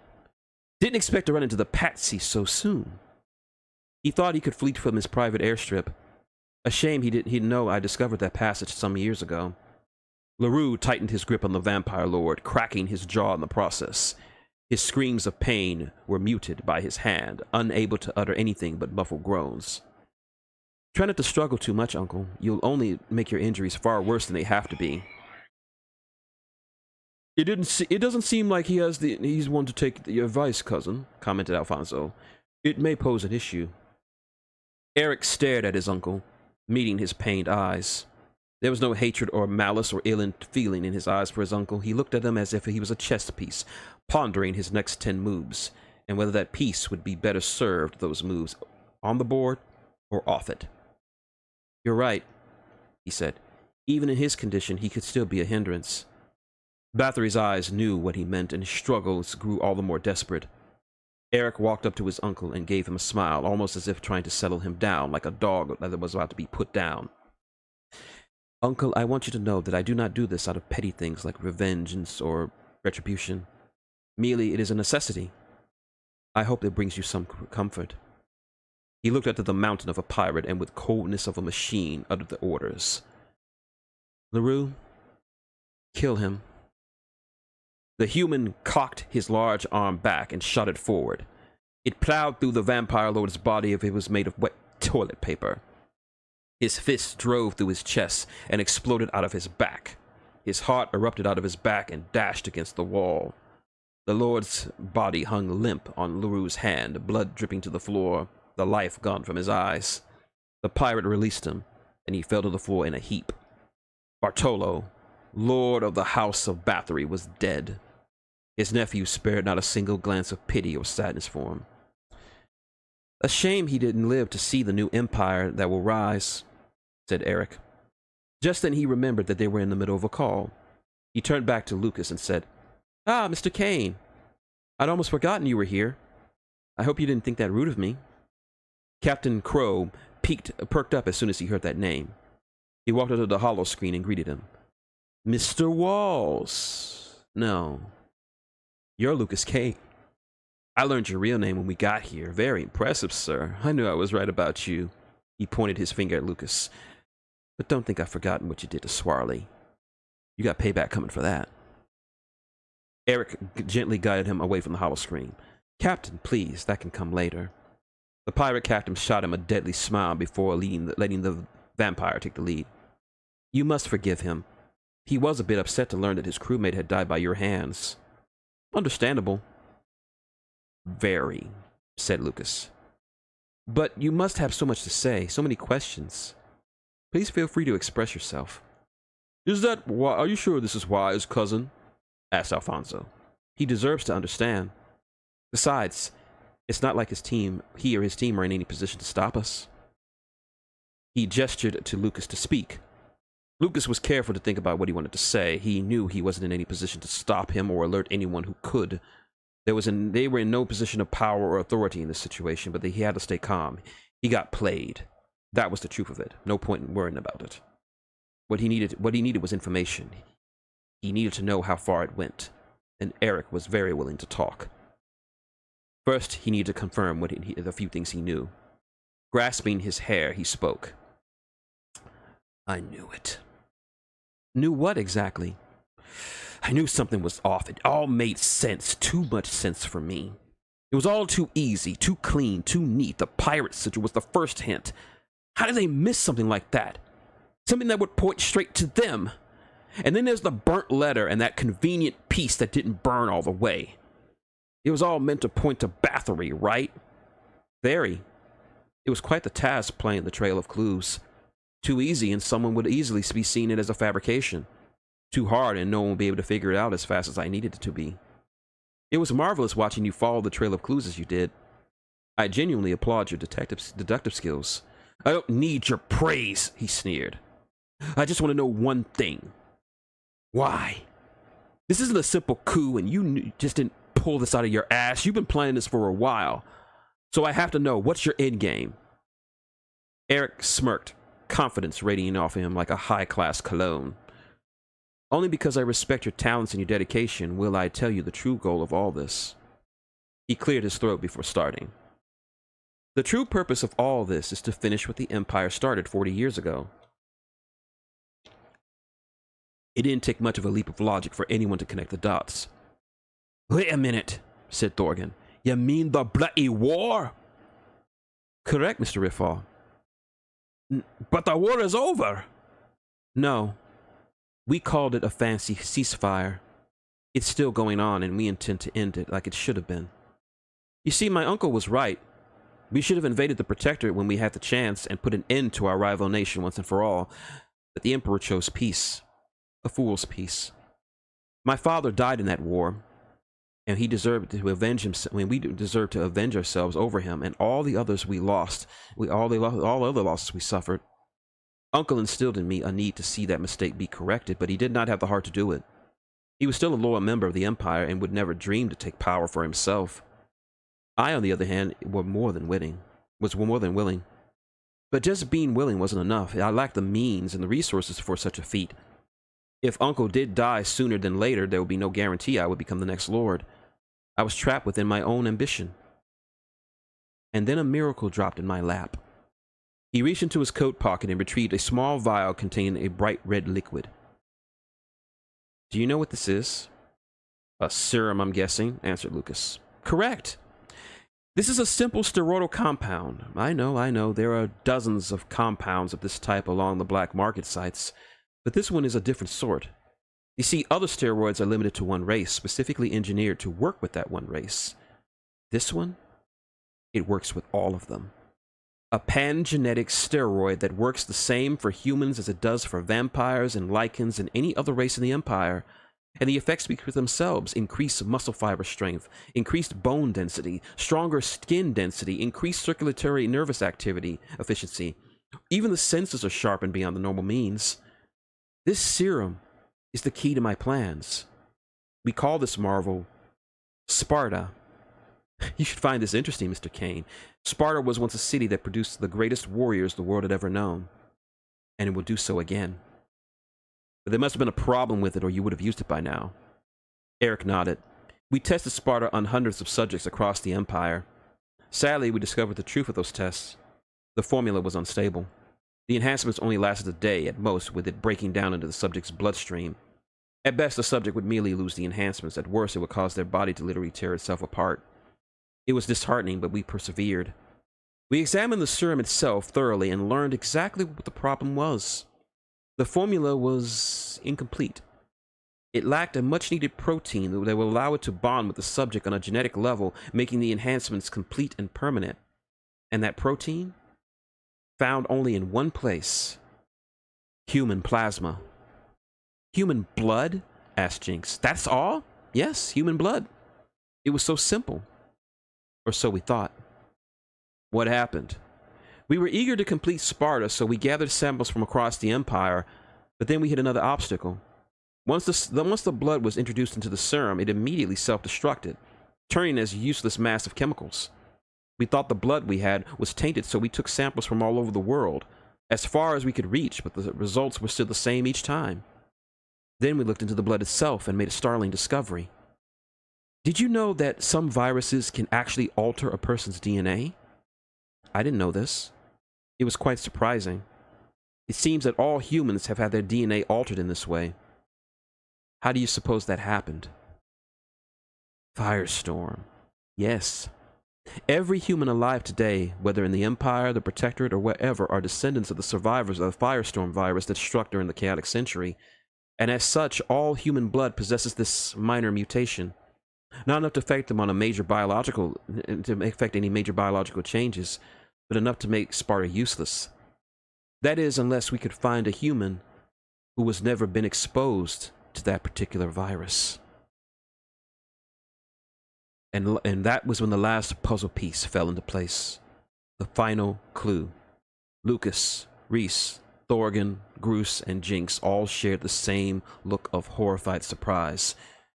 It made sense to them, and they dreaded the realization. It was Lucas who spoke, as if to confirm what they already knew. Dawn. It was a chore to figure out a solution, but fate was kind to us. We happened upon a diary that belonged to an old United States general by the name of Alan Jackson. Such a wonderful read. He talked about his life, how he missed his beloved wife, but more importantly, he talked about having to put his youngest daughter in cryostasis because she came down with the same condition as her mother. Poor girl. Then he went on to say that he used his pull to have her placed inside of a prototype unit that was not only portable but had an extremely long shelf life. He even thought that she could last hundreds, maybe thousands of years. Then he had her moved to some place called the Groom Lake facility, but it had another name. Area 51. Yes, but where was it? As you know, documents from the old world are rare to find, especially for a secret base like Area 51. Indeed, in order to find such a lost site, it would require someone with a rather extensive knowledge of the old world. And that's when you brought in Blackthorn. Lucas hating this more and more by the minute. Finding him was no issue. We hired Regal to act as a go-between, and all we had to do was sit and wait, but there was more to it. By then, the trail was starting to come together, and I had to plant more seeds. I hired Regal to not only be the go-between, but to also sow paranoia, to make him seem more than just an observer. I wanted him to harass and annoy the professor, and knowing how close he was to the prince, I had hoped he would mention this to the prince in his messages. To further this emotion, I had two of the house retainers simply watch him and his students as they dug the site. I knew if we pushed hard enough, he would hide the unit from Regal and attempt to steal it, which worked perfectly for me. So the whole chase was an act, right up until the very end. Even him finding the data crystal was all part of the play I wrote. His death would have to seem like a murder disguised as a suicide, so just so the prince would be suspicious of the right person. And the pirates? We only had a few in the mainland at the time. Smuggling them in was no problem. The unit, once in our possession, was to be kept by Crow and his crew until we could process the blood we needed later. Better to do this sort of thing off-site and all. But then came a new element. You, Lucas Kane. I didn't think he would resort to asking you, a freelancer of all people, to retrieve this. And your relationship with the professor was also a factor in how driven you were to fulfill the job. You traveling to Rum's Row and stealing the unit was something I couldn't plan for. Neither was the fact that you opened it and woke up the girl. You threw a wrench in my plans. But not for long. Why didn't you just kill us and take Dawn? I considered it. But then I thought, why not use you for my plan? After all, you were one of the greatest deductive minds the IPD ever knew. Having you on the trail would go far in legitimizing the clues. So I turned you into another piece on the board. You followed the clues and it led you right here, right where I wanted you. Originally, we were going to take the girl from you at this point, but something happened. A few days ago, my uncle took me and my cousins to Castle Dracula for a meeting with the Emperor. And who did I see there but Dawn Jackson, a guest of the princess herself? Lucas felt his blood run cold. He cursed himself as he realized just how big of a mistake he made leaving her there. Eric smiled as he watched the human's reaction to his words. I actually talked to her. She's a lovely girl. Smart, humble, and brave, too. She even stood up to Uncle. He would have killed her if not for her boldness, but thanks to the princess's guardian, her life was spared. Not that I would have let him, but it certainly was a show. You would have been proud of her. He sighed himself sadly. A shame I must kill her. But don't worry, I will endeavor to make her death as painless as possible. If it was all possible, all 5 members of the crew would have jumped through the hollow screen and beaten Eric and his co-conspirators to death. But they weren't in any position to do anything right now but listen to his bragging. So what now? Where does this go? Said Lucas. Tomorrow morning, my dear uncle will lead an attack on Castle Dracula, aided by some house retainers and pirates that he contracted and smuggled into the country for this. That is foolish, said Reese. No one can breach the castle's defenses, not while the wall guard defends it. Very true, Miss Fold. Or it would be if the wall guard hadn't had to deal with tainted blood. From what I understand, over half their numbers are currently too sick to do much of anything. And even with the wall guard at only half strength, breaching the castle's defenses will be all the much easier. Once inside, my uncle and his army of darkness will strip the castle clean and assassinate the Emperor. Good luck with that. The Emperor's no pushover. He could take you and all of them by himself. Oh, didn't you hear? Apparently, my uncle's machinations went very far. He had someone actually try to poison His Highness. It didn't succeed, but I hear the royal family are currently in a coma. An awake and healthy emperor would be a challenge, but a comatose one? Not so much. You tricking bastard. My cousins and I would have discovered what he had done and raced to the castle, but sadly it will be too late. My uncle will have killed the entire royal family. Such a shame. Overcome with emotion, I fight my uncle, and in the struggle, I kill him. The pirates will escape, and they will take the girl with them who is a guest of the royal family, never to be seen again. The Empire will mourn the loss of the family that has guided them for over a millennia. With no heirs or living relatives, the only hope for leadership for our nation will be the noble houses to elect a regent. And who better to do this, to be the new regent, than the brave young man who fought against this treacherous uncle and tried to save the Dracula royal family? I will humbly accept the offer, promising to lead our empire as well as the emperors of old. In a few years' time, I will cut all ties with the Protectorate, and with Sparta in their bloods, I will lead them across the ocean and fight them once again. And this time, we will not stop until the entirety of the Protectorate of Vatican is utterly wiped off the map. And thus the Empire will flourish like never before. Lucas dropped his head down. He felt helpless. He heard the entire scope of the plan and felt it crushed by it. "You thought of everything, didn't you?" he muttered angrily. "Down to the last letter. So what if I try to stop you?" He gave a short laugh. "Stop me? Mr. Kane, do you really think I would expose my plan to you if there was any way for you to affect the outcome? You were stuck in a dead zone. The only reason we are talking right now is due to the enhancements made on that phone you're using.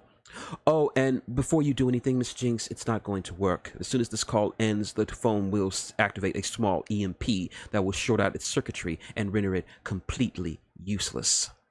The Fae shot him a loaded glare. "Your plane is overtaxed and unable to fly due to the heat and the long-distance traveling. By the time you reach anyone worth reaching, the royals will be dead and I will be regent. Do yourselves a favor. Forget this. You won't be able to stop it. There is nothing you can do. Just enjoy the show and wait patiently for the new era to begin." "I'm still gonna try. If it makes you feel better. Goodbye, Lucas Kane." And with that, Lucas shut off the line, and the holoscreen vanished. "Are you sure that was wise, cousin?" asked Willis. "There is very little he or his team can actually do," he answered. "Besides, if they become too much of a threat, I'm sure the guild will be happy for the business." Crow said, "I heard the guild were monsters. You'd really sick them on Kane and his lot?" "Only if necessary. It's best to stay on the guild's good side, after all." "And what of the architect?" asked Alfonso. "I spoke with him just before we left for the castle the other day. He says only to follow the plan." Do you think we can trust him? We know so very little about him." "He has given us what we needed to go forward with the plan. We don't need to know more about him, only to follow the plan he gives us." "I suppose you have a point. He did give us Sparta and the diary." "Glasses, how goes the training?" The short man answered, "They're taking to the training well. They'll be ready for the rest of the retainers." "Good. Captain, have someone come and retrieve the body." He gestured towards his uncle's bleeding corpse. "Have it loaded onto the airship." "Yes, sir," answered the captain. "Come, my friends. It's time for a new era to rise."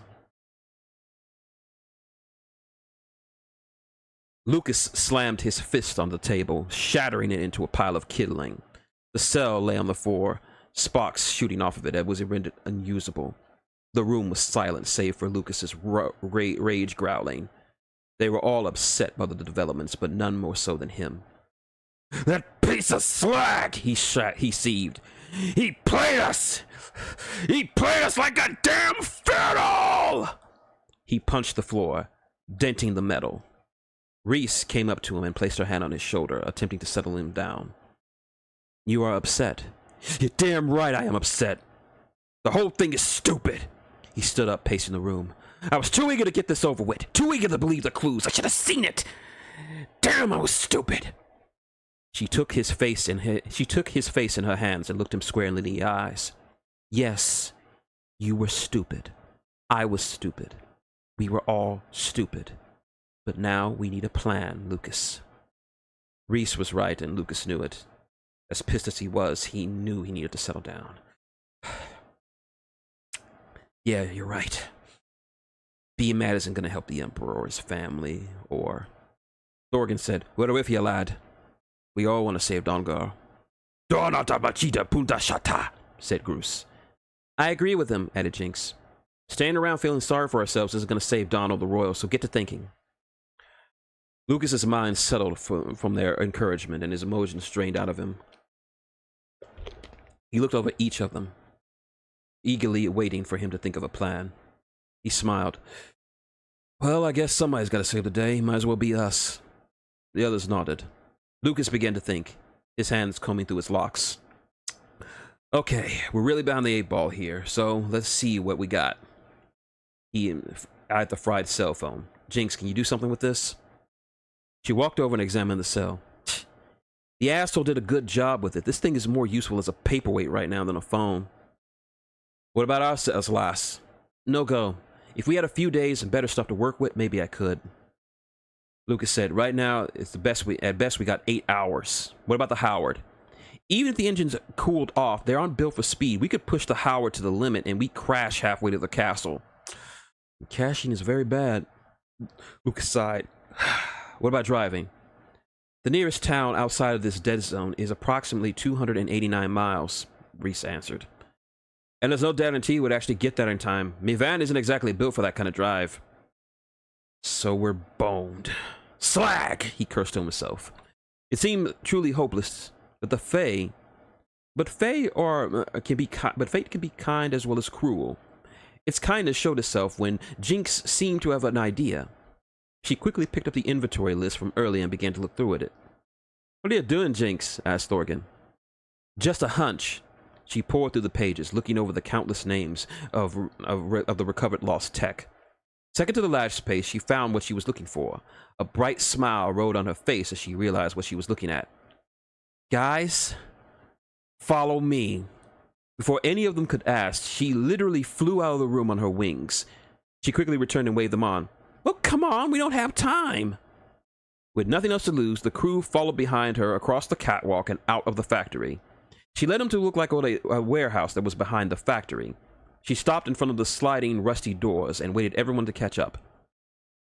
Mind telling us what we're doing here? Panted Lucas. Sorry, couldn't explain right then. Need to get here fast. Bruce, would you mind? She motioned towards the door. Sure, he answered, walking up to the door and starting to lift it, despite how rusty it was. I was looking through the list of stuff that got from the dig site. One of them caught my eye, but I didn't remember it until just now. What'd you find? She pointed to the door as Grease lifted open.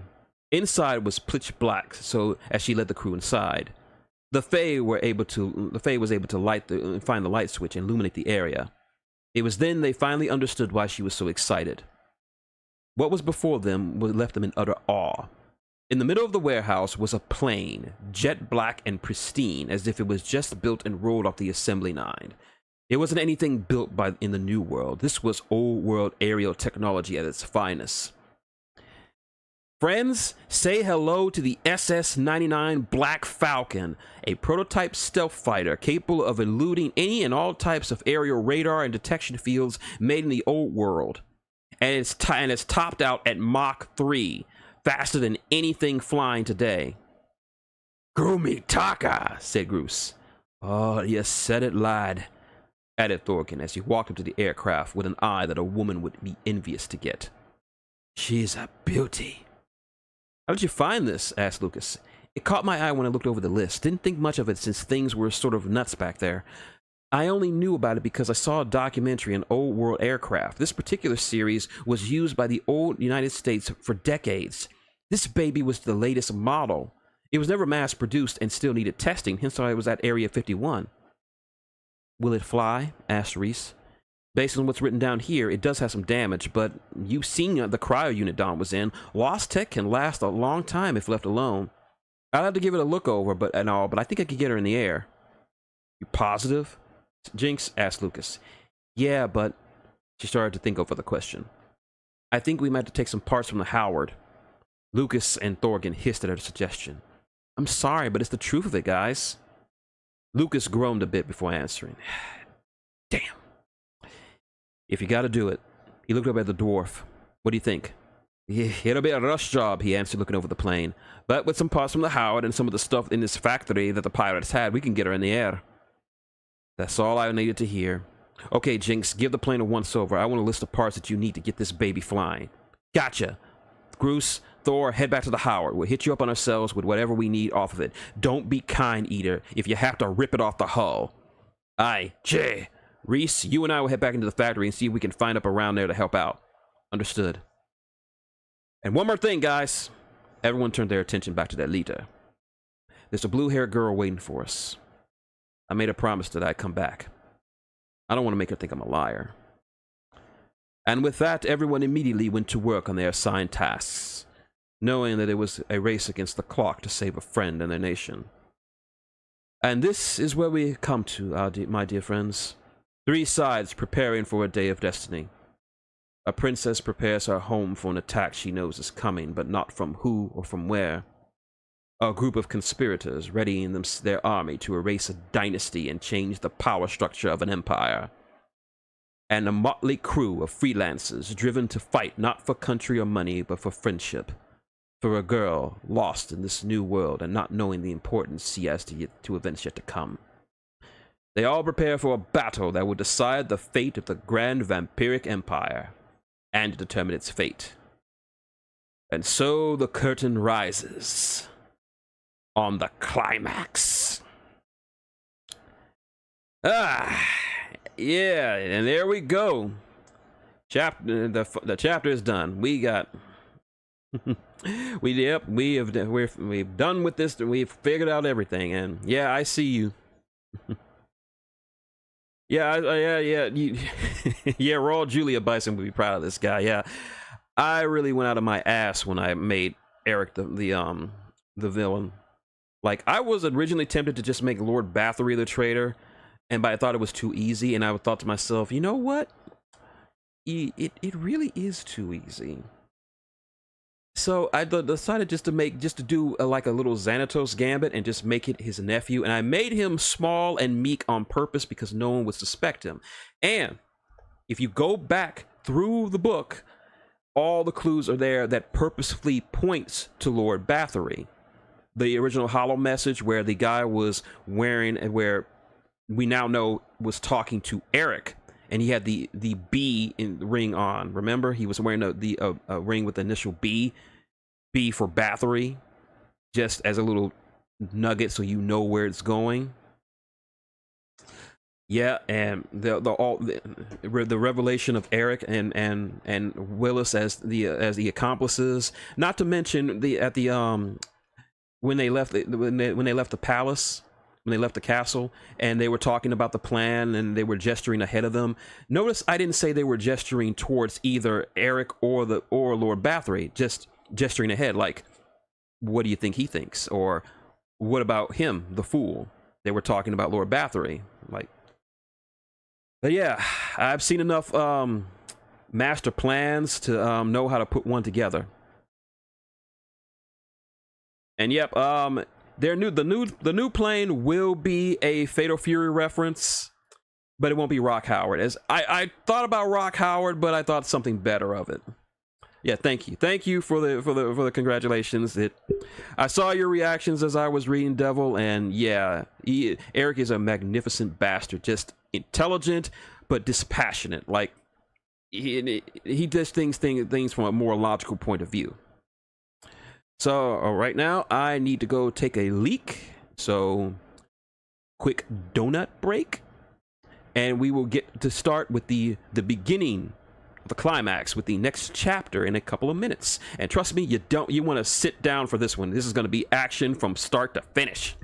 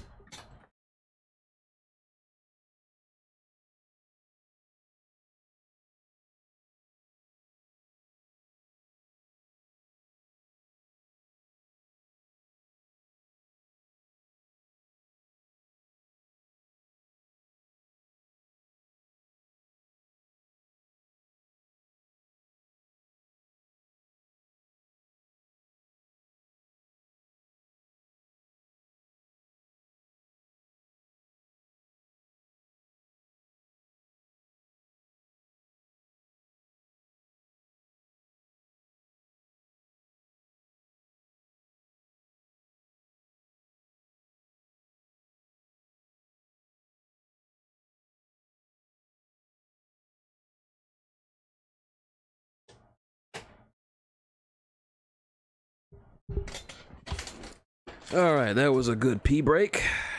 Get me.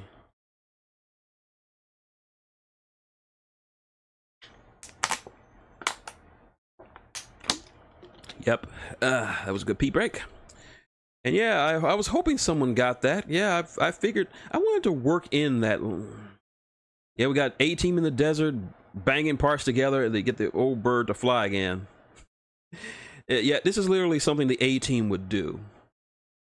But yeah, I wanted to work that line in. If you don't know, the whole play slide of Damn Fiddle was from Kaz from Metal Gear Solid Ground Zeroes. I just wanted to put that part in. It's good stuff. Also, take note of the architect. He's going to be something important. All right, got me some more water in.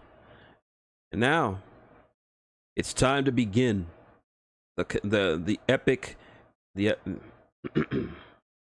all right.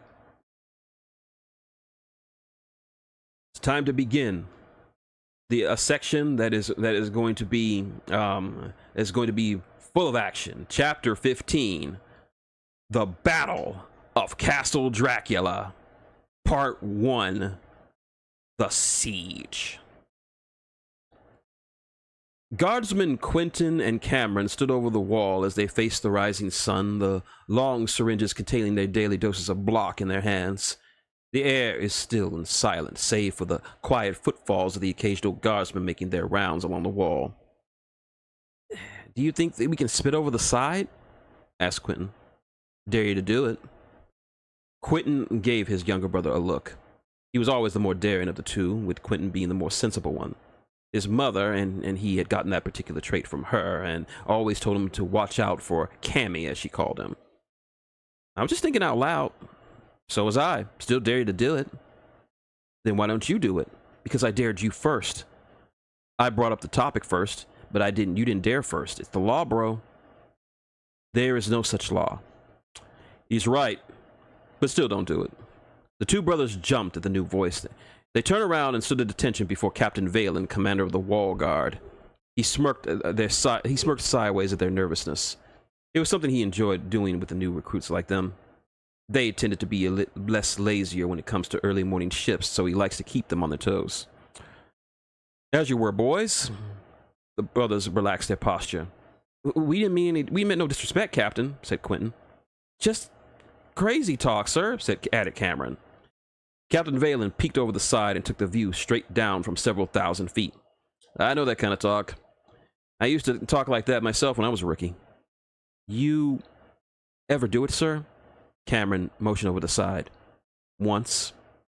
"And?" "There are better ways to occupy your time during your night shift." He joked as the sun crept over the horizon. "You boys take your block?" The pair looked down at their syringes and quickly pocketed them. Yes, sir," answered the elder brother. "Good. Don't need either of you smoking on the wall." "Sorry about the whole spitting thing, sir," Cameron said. "It's just..." "Just what, son?" "Just... night shift is boring, sir." Valen crossed his arms. "Really now?" "Yes, sir. When you have nothing to do but watch over the quiet castle, you do things to keep your mind occupied, and spitting over the side is what you came up with." They fidgeted in place while he spoke. "It's fine. I was the same when I was new, too." "How'd you deal with it, sir?" asked Quentin. "Mostly counted myself, wrote books in my head, visualized ways of maiming my ex-boyfriend." The brothers laughed at his comment. "But it's good to keep your mind active, seeing as how night shift can be a bit boring." "Try a lot of boring, sir," said Cameron. "Hours of looking at nothing. It almost makes me wish that we would get attacked or something." "In that case, you're better off spitting over the side." Quentin walked over to the edge of the wall, squinting up the horizon. Captain? What is it?" "Are we expecting anyone this morning?" "No," he answered, moving next to the young guardsman. "Castle's still on lockdown, and we aren't expecting anyone else." "Then what's that?" He pointed over to something in the distance. Spotting the object in question, Captain Valen pulled out his binoculars and focused on the airship. It's an airship," he said. "And from the design and markings, I think it belongs to Lord Bathory." Quentin looked up at him in surprise. "Lord Bathory? But he was just here." "Yeah, and the princess didn't inform me he was coming today." He looked closer. "Huh. Looks like he's not alone." He stopped halfway through when he realized the totality of what he was looking at. A cold shudder escaped his lips as he dropped the binoculars.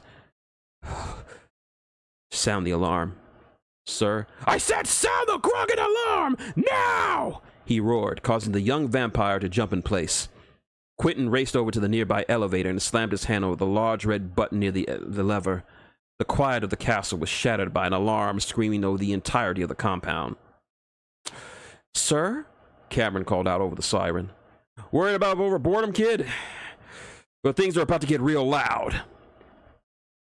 Princess Alandra marched into the throne room, each step of her heels echoing throughout the chamber as if announcing her presence to even the ghosts of the castle. To her right was her guardian, just as serious as she was. To her left, Dawn, keeping pace with her two friends.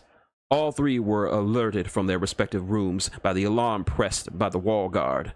They quickly dressed and made their way to the throne room, where the leaders of the castle defensive forces were waiting. And indeed, they were all waiting in the long conference table. Captain Valen of the wall guard, Captain Cyrus of the castle guard, Captain Xander of the dragon's teeth, and Matron Cynthia of the Persephone Corps.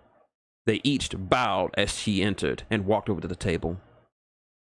"I take it this is no false alarm," she spoke towards Valen.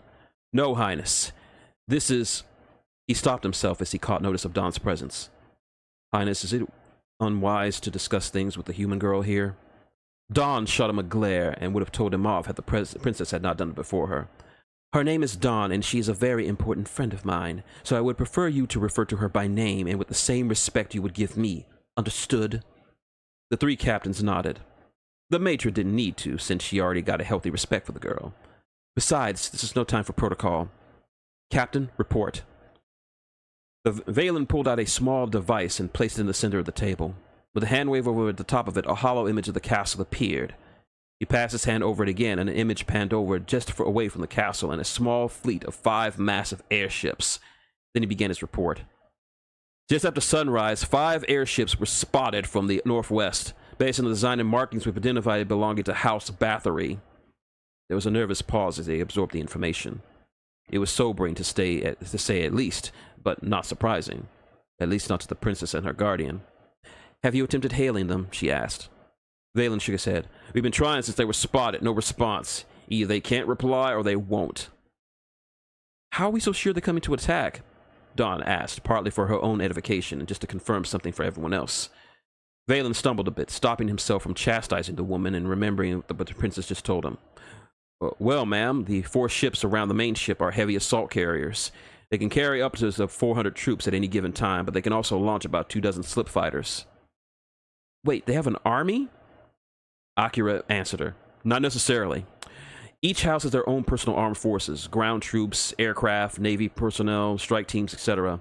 The lords supply and fund these forces out of their own pockets. In times of war, these houses can be called upon to bolster the imperial forces, but they aren't an army in the same sense." "Speaking of, can we repel such a force?" asked Elandra. "Normally I'd say yes, easily, but sadly that's not the case now. The wall staff is understaffed. Over half our number are still down from the tainted blood incident." "Which I do not believe is a coincidence," she said. "You think they had something to do with it?" asked Akira. "It's looking more likely. What about calling for reinforcements?" "We tried that. They must be using a scrambler. We can't contact anyone outside the castle airspace. We might as well be on the moon." "What about checking in with the station on the perimeter?" asked Akira. "That could work. We do have to make periodic contact with the stations to make sure that things are good. If they don't receive contact from us at the designated time, they will call in an emergency attack team to the castle." Elandra asked, "How long before they call it in?" "The check-in happens every 3 hours, and the last time we did was 2 hours ago." "1 hour," she muttered. "After the time it takes for them to scramble the force to the castle, it'll be quite a while. How long before they get here?" "They aren't in any hurry, so 30 minutes. 35 tops." "I see." She thought for a moment, weighing the options and considering her next orders. "Captain Cyrus, can you spare a few men to send to the wall?" "Of course. How many do you need?" Cyrus asked Valen. "As many as you can spare." Nodding, Elandra spoke. "Excellent. I want every able-bodied person in the castle armed and ready. If they can hold a gun, I want them either on the wall or standing ready in the castle." Everyone nodded. "Captain Xander?" "Yes, Highness.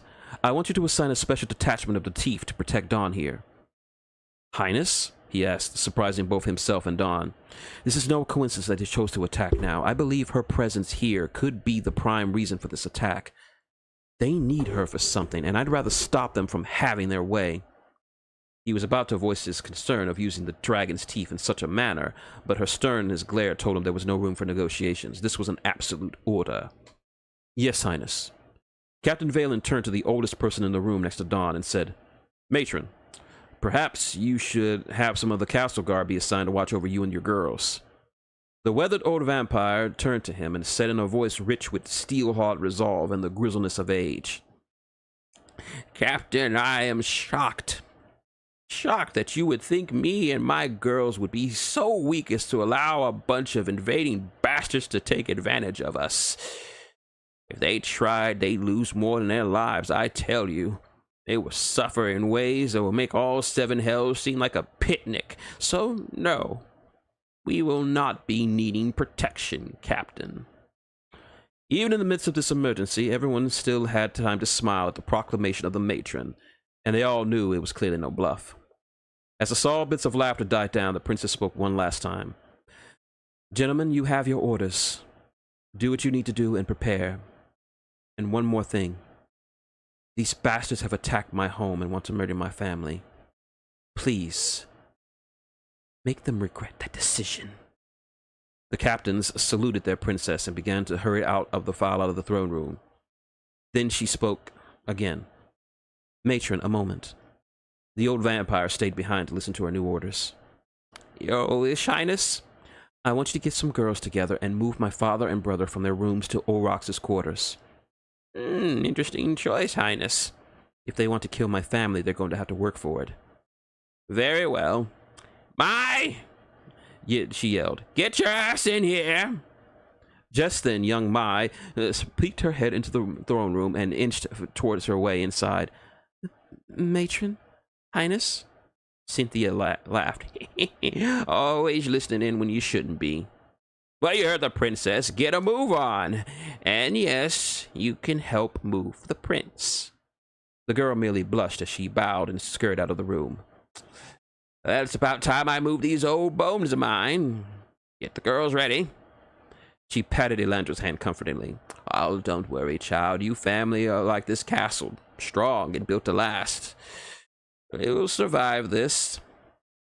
Matron Cynthia then walked out of the throne room, no urgency or hurry in her steps, leaving Elandra, Akira, and Dawn alone.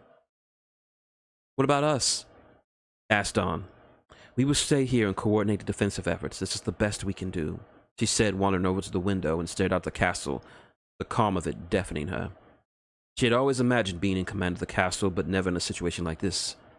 A battle with so much on the line, and she the only person who could stand between the enemy and her family. It was unnerving Dawn to see her in such a position, so quiet and serious. Are you scared? Akira asked Dawn. Should I lie? If you want. She sighed. I'm scared. I've never been in a battle before. I only know what my father told me, just the calm is choking me a bit. Totally understandable. I'm scared too. We're all scared. It's been nearly 1,000 years since the time someone attacked the castle and it barely survived. Now let's see if we learned anything since then. But what if we can't? Elandra turned from the window and faced her friend. There is no if. For the first time in a long time, Castle Dracula was abuzz with activity, and not because of some visiting dignitary or important noble. No, today was for battle. There was no time for cleaning or security drills. It was time for battle, and the most furious battle of all. Guardsmen and soldiers raced up and down the corridors and hallways of the old castle, moving to their assigned positions. Orders were shouted over the air, creating a cacophony of noise that would be indecipherable to the layman. Everyone had some place to go and some duty to perform for the coming onslaught.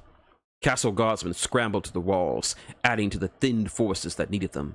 As they arrived, they were sorted into sections of the wall that were too loose with defense, and given a crash course on the ins and outs of standard operation for the defensive bulwarks. Those guardmen who were assigned to the wall were inside, getting last-minute orders from Captain Cyrus. He told them where they were needed to be and what they needed to do. They checked their weapons, spread themselves out on the castle, ready to respond and reposition as needed. Deep in the underground coliseum, Sergeant Queen issued weapons to the trainees and yelled to them to fight like Surtur, the lord of the fourth hell, was on their collective asses. Just a few hours beforehand, these rookies were dreading the hardcore training that Cyclops was planning for them that day. Now the tension before the battle was something they were wishing that could be replaced by the training jitters they had before.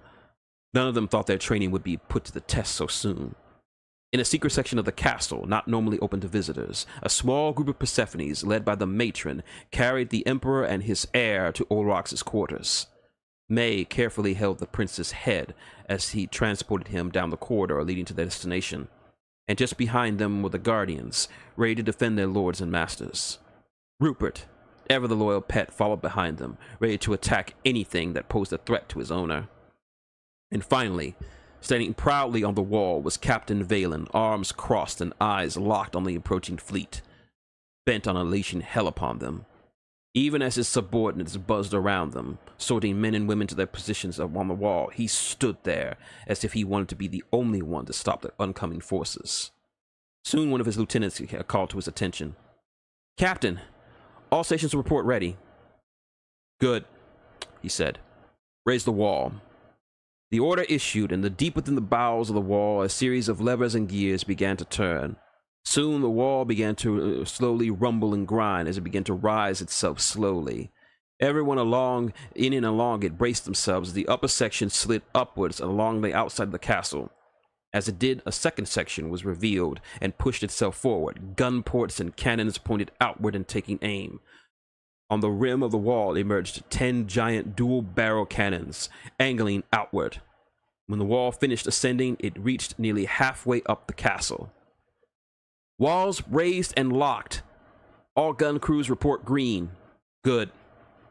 Open the channel, general quarters."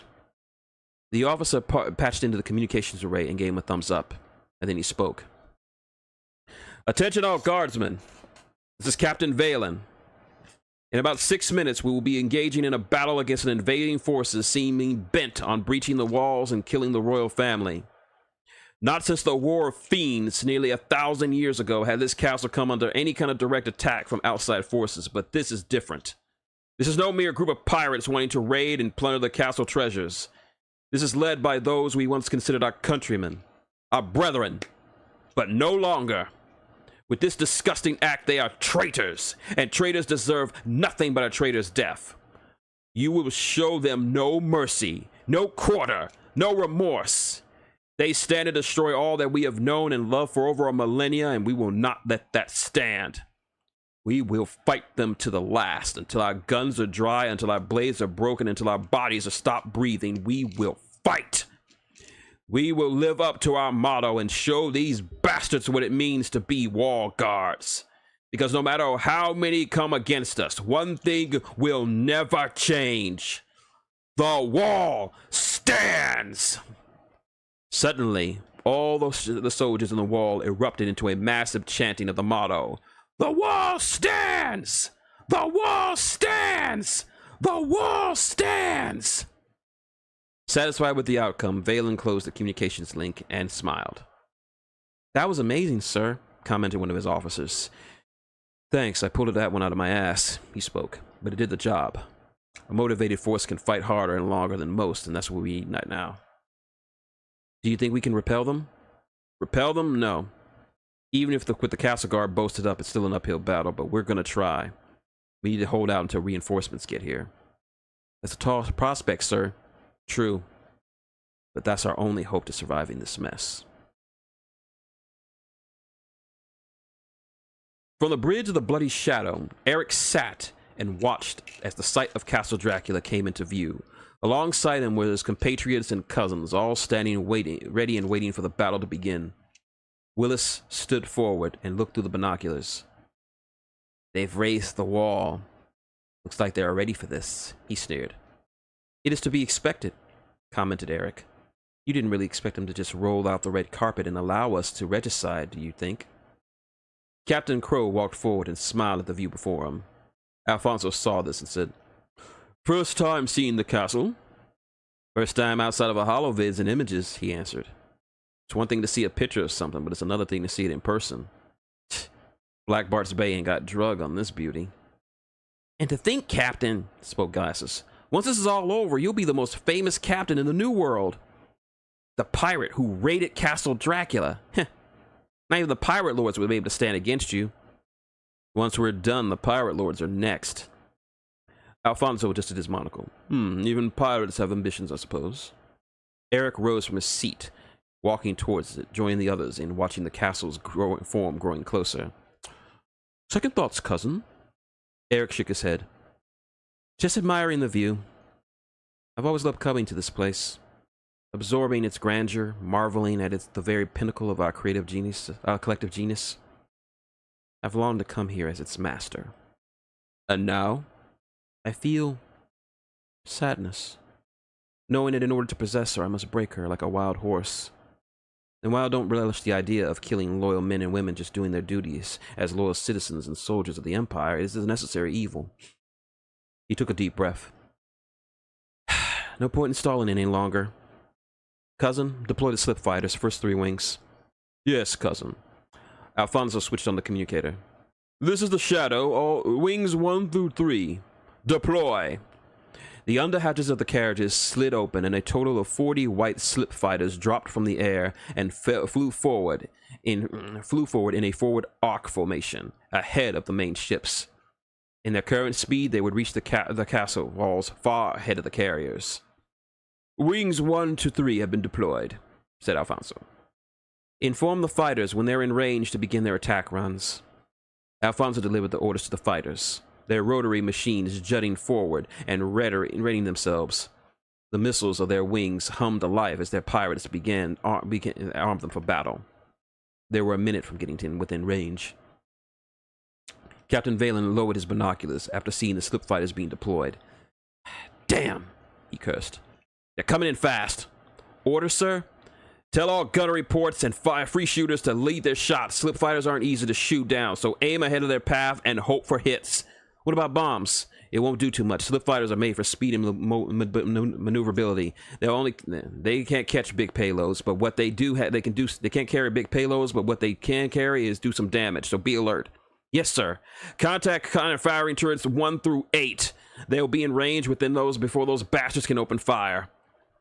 The officers sent the words down over the radio, and soon the assigned cannons turned and faced the approaching fleet. Inside them, the troops and crews speedily loaded the giant shells into the barrels, locking them into place and ready to fire. Cannon crews report loaded and ready to fire on your command. Valen raised his binoculars, gauging the distance between the fighters and the wall. This was it. Once he gave the order, there was no turning back. The battle would be joined. Either they would win, or they would lose to the invaders. On my command, fire! It could be heard for miles around, from the depths of the Colosseum to the top of the clock tower, from the opposing airship to the throne. They all heard it. The unmistakable sound of cannon fire. It was the signal they all knew was coming. The Battle of Castle Dracula had begun. The shells exploded in mid-air as the fighters accelerated forward, almost ignoring the attacks. Valen watched as they pressed closer, unmoving in their advance. Tell outnumbered gun batteries, fire at will. Drop some heat on those bastards. Aye, sir. Said gun batteries in and around the wall opened fire. The sound of machine gun fire filled the air, thousands of rounds zooming out and hitting fighters, causing them to break formation and split along either side of the castle. Then they began their own attack, their guns locking on and firing at the battlements, both along on the top and on the wall itself.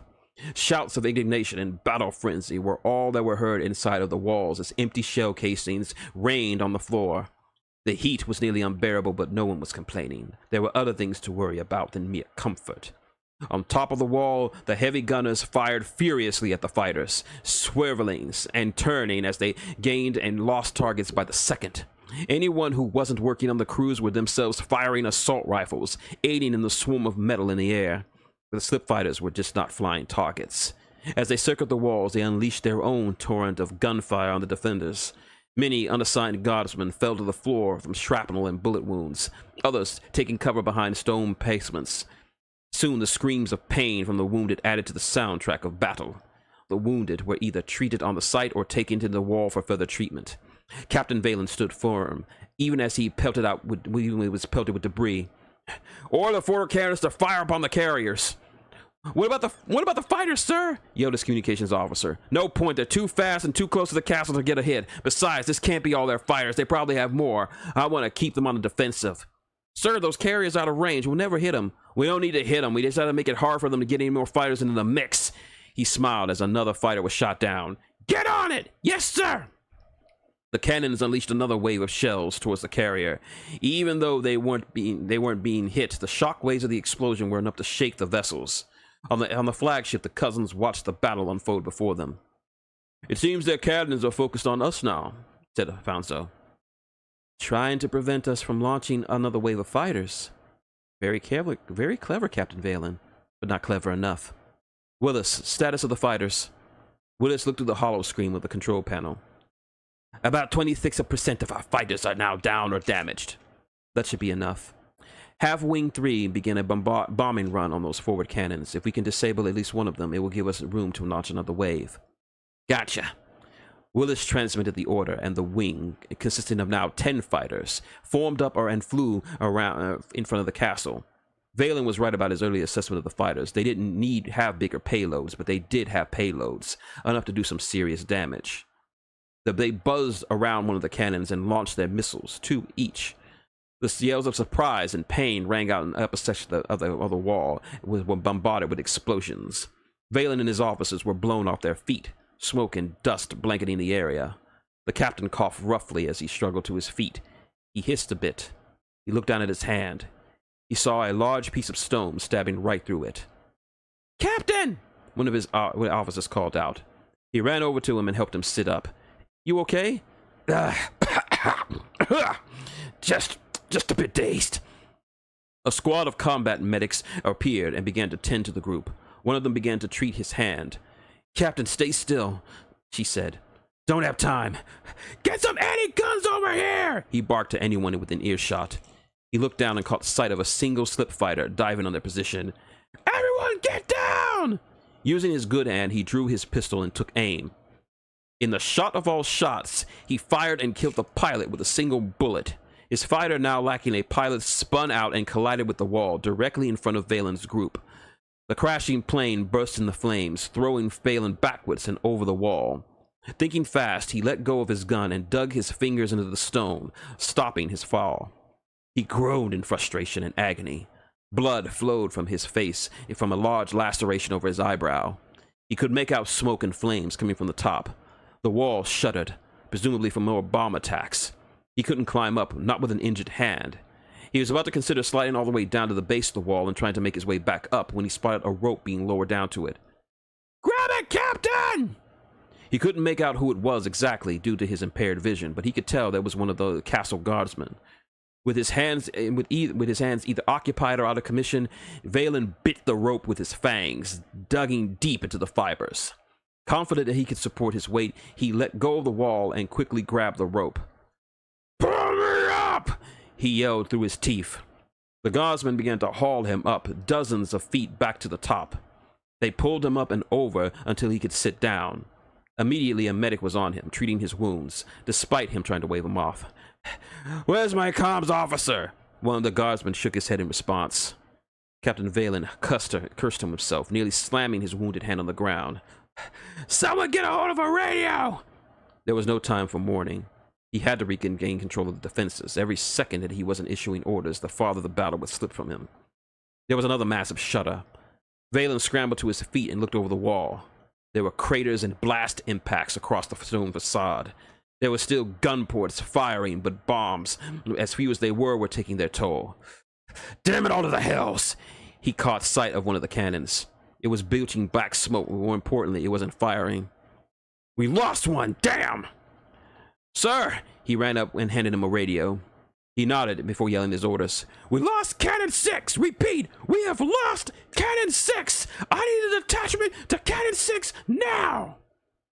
From the shadow, Eric and the cousins smiled at their work. Looks like we've got a gap in the defenses, commented Alfonso.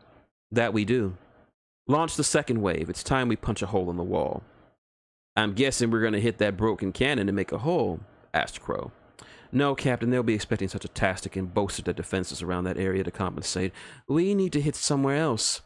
Somewhere where their thin defenses can't readily react to. Eric walked along the bridge, carefully watching the battle progress and assessing the strength of the wall itself. He stopped. He focused on one section. He extended his finger towards it. There. That's where we go in. Inform the fighters to move forward, to hit the forward right position. Understood, said Willis. Once the orders were received, the carriers released the second wave of slip fighters, and they flew in to join the battle. Valen was getting his arm put into a sling as he saw the arrival of the second wave. Makers give us strength, he said. Get some people over there. They're going to try to make a hole over there. Across the wall, dozens of soldiers sprinted to the area, hauling whatever heavy arms they could grab and carry over. In a few seconds, the area in question was covered with guardsmen, ready to open fire on the incoming fighters. The wave weaved through the forest of artillery, making a beeline for the damaged cannon. The captain's heart sank when they banked away from the sight and veered off sharply away and towards their real target. Valen reached for his radio to tell his troopers to head there, but it was far too late. The fighters launched their payloads at this weakest, least defended part of the wall. It shook hard, harder than it did in the entire battle, harder than anyone has ever felt before, even the captain. The impact of the explosion was felt throughout the entire castle, sending cold dread down the spines of everyone inside. As the shaking subsided, Captain Valen and the soldiers around him scurried to the edge and surveyed the damage. A smoking breach had replaced the normal tanned stone and brick that made up the barrier. There were spider-like cracks in it and around the hole that extended halfway around the wall itself. For a few moments, no one fired a shot. Neither defenders nor the slip fighters, they both took in the sight of what had just happened. Valen staggered backwards, unable to speak as his mind processed what he had just witnessed. He had been captain of the wall guard for over 50 years. He had walked every inch of the structure, inspected every cannon and gun, knew every corner and crack. He thought as long as he was in the charge of the wall, no one would ever breach the castle. Now he felt like an utter failure. Captain! A guardsman called out, snapping him out of his train of thought. What now, sir? Valen pulled himself to his feet, looked around as the scared and uncertain looks of the faces of his troopers and medics. Now was not the time for pity. The battle wasn't over. Far from it, the battle had just started. We fight. That's all we can do. Remember, the wall stands. But what about the breach? He picked up a fallen rifle and cocked it with his good hand. We'll leave that issue for the castle guard. Back in the throne room, Elandra gazed out the window, the sound of battle barely audible inside. Don and Akira stood around the table, a hollow image of the castle and the ever-evolving battle. Akira paled as he watched the battle play out. Akira. Once again, it was that tone that she always used with him. She ordered him without actually ordering him. He exhaled before answering his sovereign. There's a breach in the wall. Guess what that shudder was we felt. She closed her eyes slowly, taking in the data. How bad? A pretty decent-sized hole, big enough for them to start landing troops. Damn it to hells. It gets worse. He zoomed the hollow image over the wall. The blaster got a few power centers in the wall. Based on the readouts, about 56% of the gun batteries are still active. Smart bastards, she mumbled. Inform the castle guard to converge on the breach and prepare for invaders. Right. The Lycan got on the radio and began to issue orders. Dawn could add nothing to the conversation. She wasn't a soldier or a fighter, at least not to the level of the others. All she could do was stand there and watch as the battle got progressively grimmer by the minute. But her thoughts always turned back to Lucas and her new friends, wondering that if they were here, could they help turn the tide of this battle? But they weren't, and there was no way to contact them. Back on the airship, Crow laughed heartily. Now that's a hole! Proud of the work your custom bombs caused, Captain? Asked Eric. Of course! I always knew my bombs were powerful, but to blow a hole in the legendary wall of Castle Dracula, I feel like a father watching his son at his first wrestling match. Indeed you should. Now let's move on to the next step. Have carrier number 4 advance and start landing ground troops. Launch the last wave and have them act as escorts. With the wall in that shape, they won't be able to stop our landing forces. Aye. After deploying the final attack wave, the designated carrier began its advance towards the castle. The fighters providing more than adequate cover, while what's left of the castle's forward defenses impotently tried and failed to do any sort of lasting damage to the large aircraft. As soon as it arrived at the destination, the bombed-out ruin of the wall, the burnt gap was wide enough for the ship to pass right through and land safely on the inside of the castle. The vessel opened up its side hatches, and 400 men, armed with guns, rifles, and swords, poured out of the castle ground. "Take whatever you want, but leave the royals for the bosses!" screamed one of the commanders, getting a roar of acknowledgement and approval from the mass of men. The mob split into several smaller groups, but still imposing groups, and spread out into the castle. Acura growled as he watched the scene play out in front of him on the holoscreen. "Damn, we have intruders," he reported. Elandra turned away from the window and glided down to the table, taking in the sight of the invaders swarming into her home. Her shock was only surpassed by her utter outrage, her hands shaking with unspoken fury, but she had to calm herself. She was no good to anyone if she was frothing at the mouth, shouting curses in multiple languages. "Send word to the castle guard and other essential personnel. Anyone who's still in the castle and is capable of bearing arms are to repel the intruders by any means necessary. Am I understood?" "Crystal," he replied before calling out the orders to the castle forces. "What do we do now?" asked Dawn, sweat dripping from her brow. We keep holding on as long as possible," the princess answered. "We may need to move to the secondary site. They will come for the throne room and the royal chambers to find you," spoke Akira. Elandra nodded at the suggestion, and all three began to move towards the doors out of the room. "Secondary site?" Dawn asked.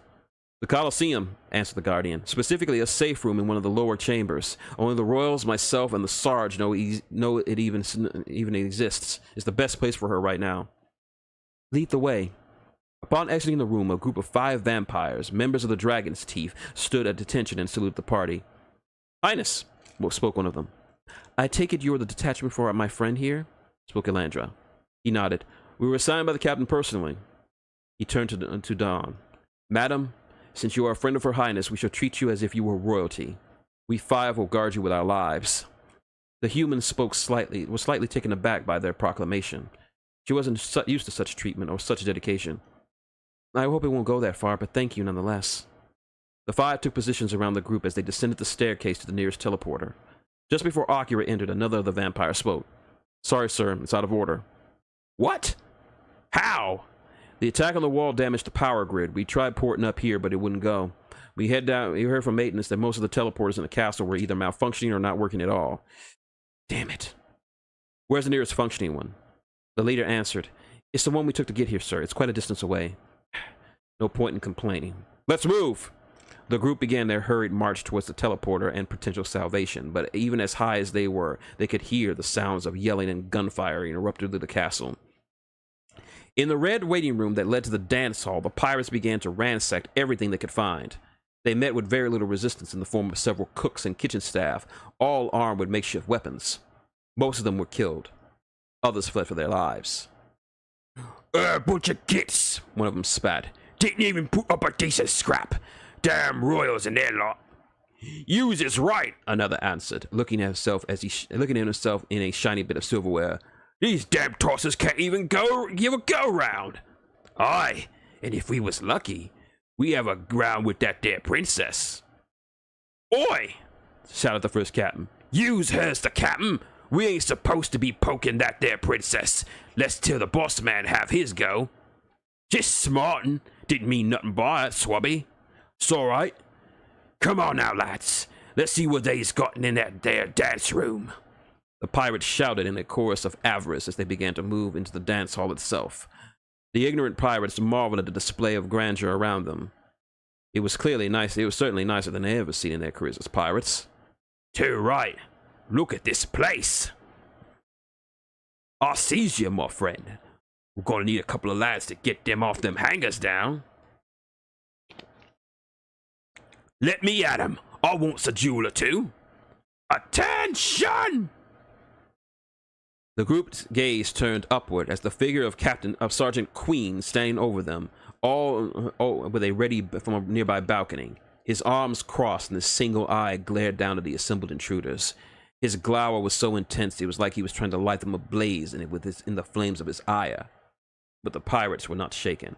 "Well now, swabbies, looks like we got ourselves a taker, and it's a doggy too." The lead pirate said, causing the others to snicker along.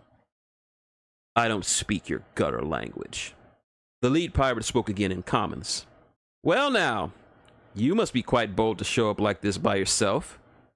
Mind telling us who you are? Queen snorted in disgust. I don't greet cockroaches, especially when they swarm into my home. Maybe. But what are you here? So what are you here for? To surrender? That option is no longer possible. The pirate simpered. Then you're here to fight. Why else? You got some balls on you. Judging for your appearance, I take it you're a lichen. Of course I am. Ah! He uttered. We got 50 guys here. Even for a lichen, you can't take on all of us without getting yourself killed. So unless I'm blind, one of us is outnumbered. On that, we are in agreement.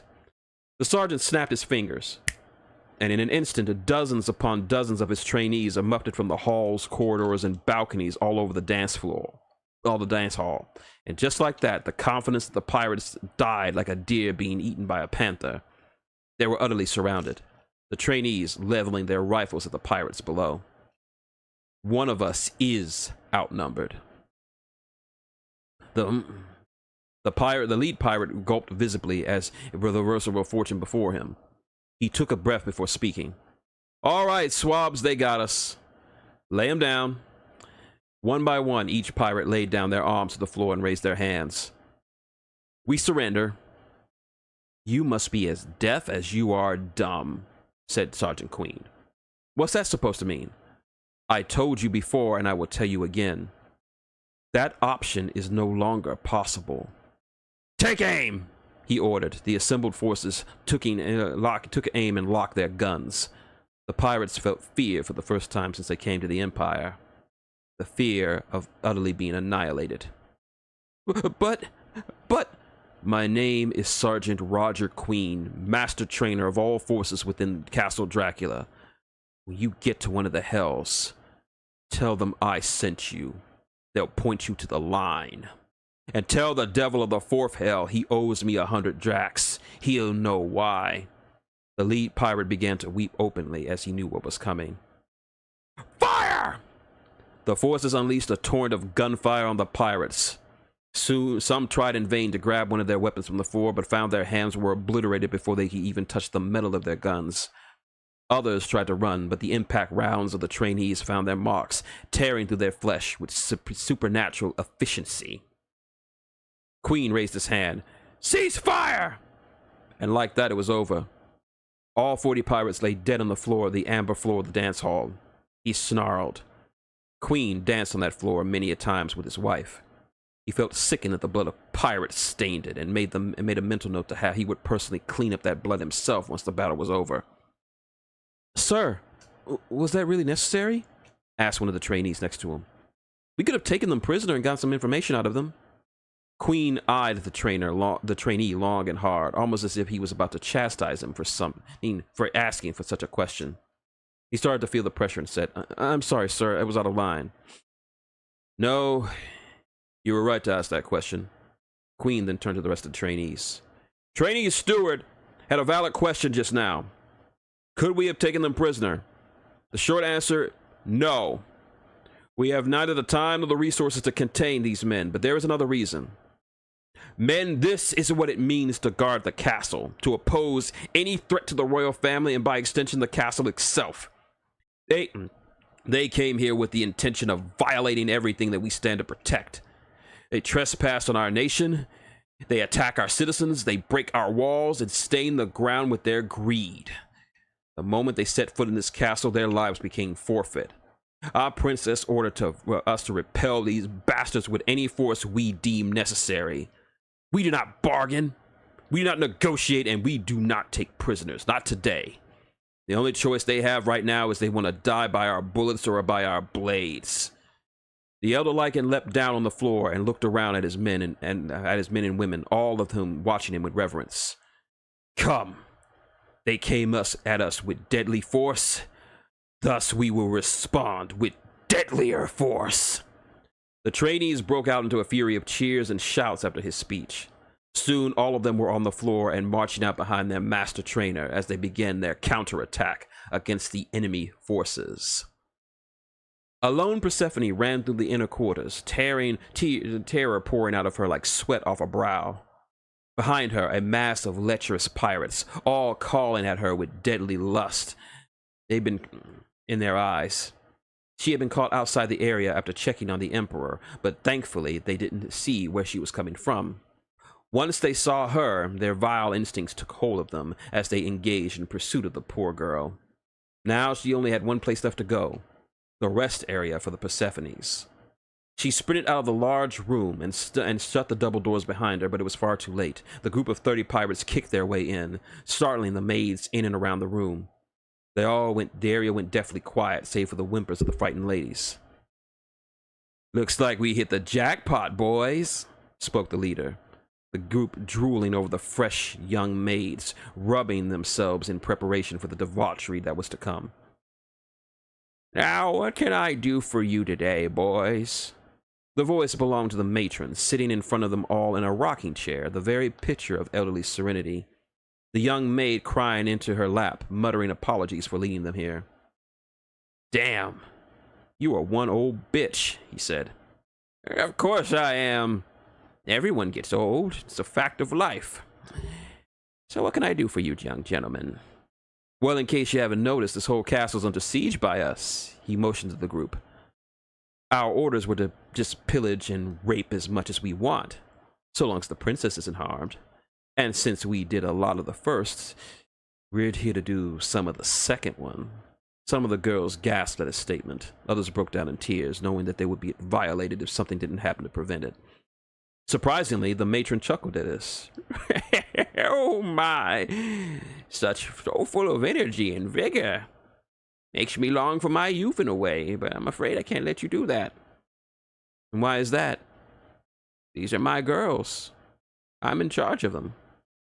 So I'm afraid what you want is out of the question, so please turn right around and leave the way you came." "Or else what?" The matron gently removed the maid from her lap and weakly stood up from her chair, ignoring the warnings and shout of concern from the others. "I'm afraid I'll have to stop you." The pirates let out a tidal wave of laughter as seeing the old vampire stand up before them. "You? Stop us? It looked like you couldn't stop shit from coming out of your ass more than you can stop us." "Never mind my bowels. I will stop you." "I'm impressed." "No, really, I am. You got balls, lady. More so than anyone we've ran into since we landed here. I like that. Tell you what. How about after I'm done plowing these other bitches, I throw you one?" "That's very kind of you, my boy. Creator knows it's been a long time since anyone's been down there. But I'm afraid I must decline your generous offer. Now it's time to put an end to this." She slowly inched forward towards the leader, each step looking as if she would shatter every bone in her body. The leader smiled at her approach. "Okay, fine.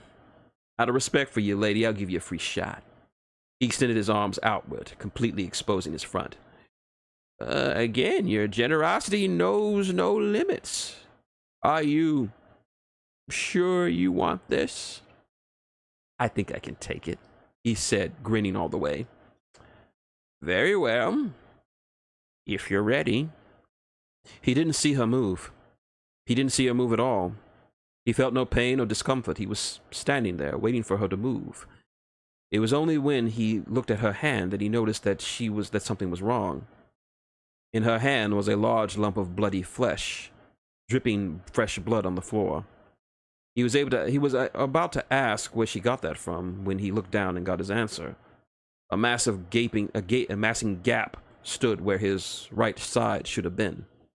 The blood from the hole gushed out, and only then did he feel the blinding, insanity-inducing pain shoot throughout his entire body. He fell to the floor, screaming like a child, tears streaming down his face. "Kill! Bitch!" he screamed as he coughed up blood and clutching his side. Blinded by the pain, he didn't see what happened to his men.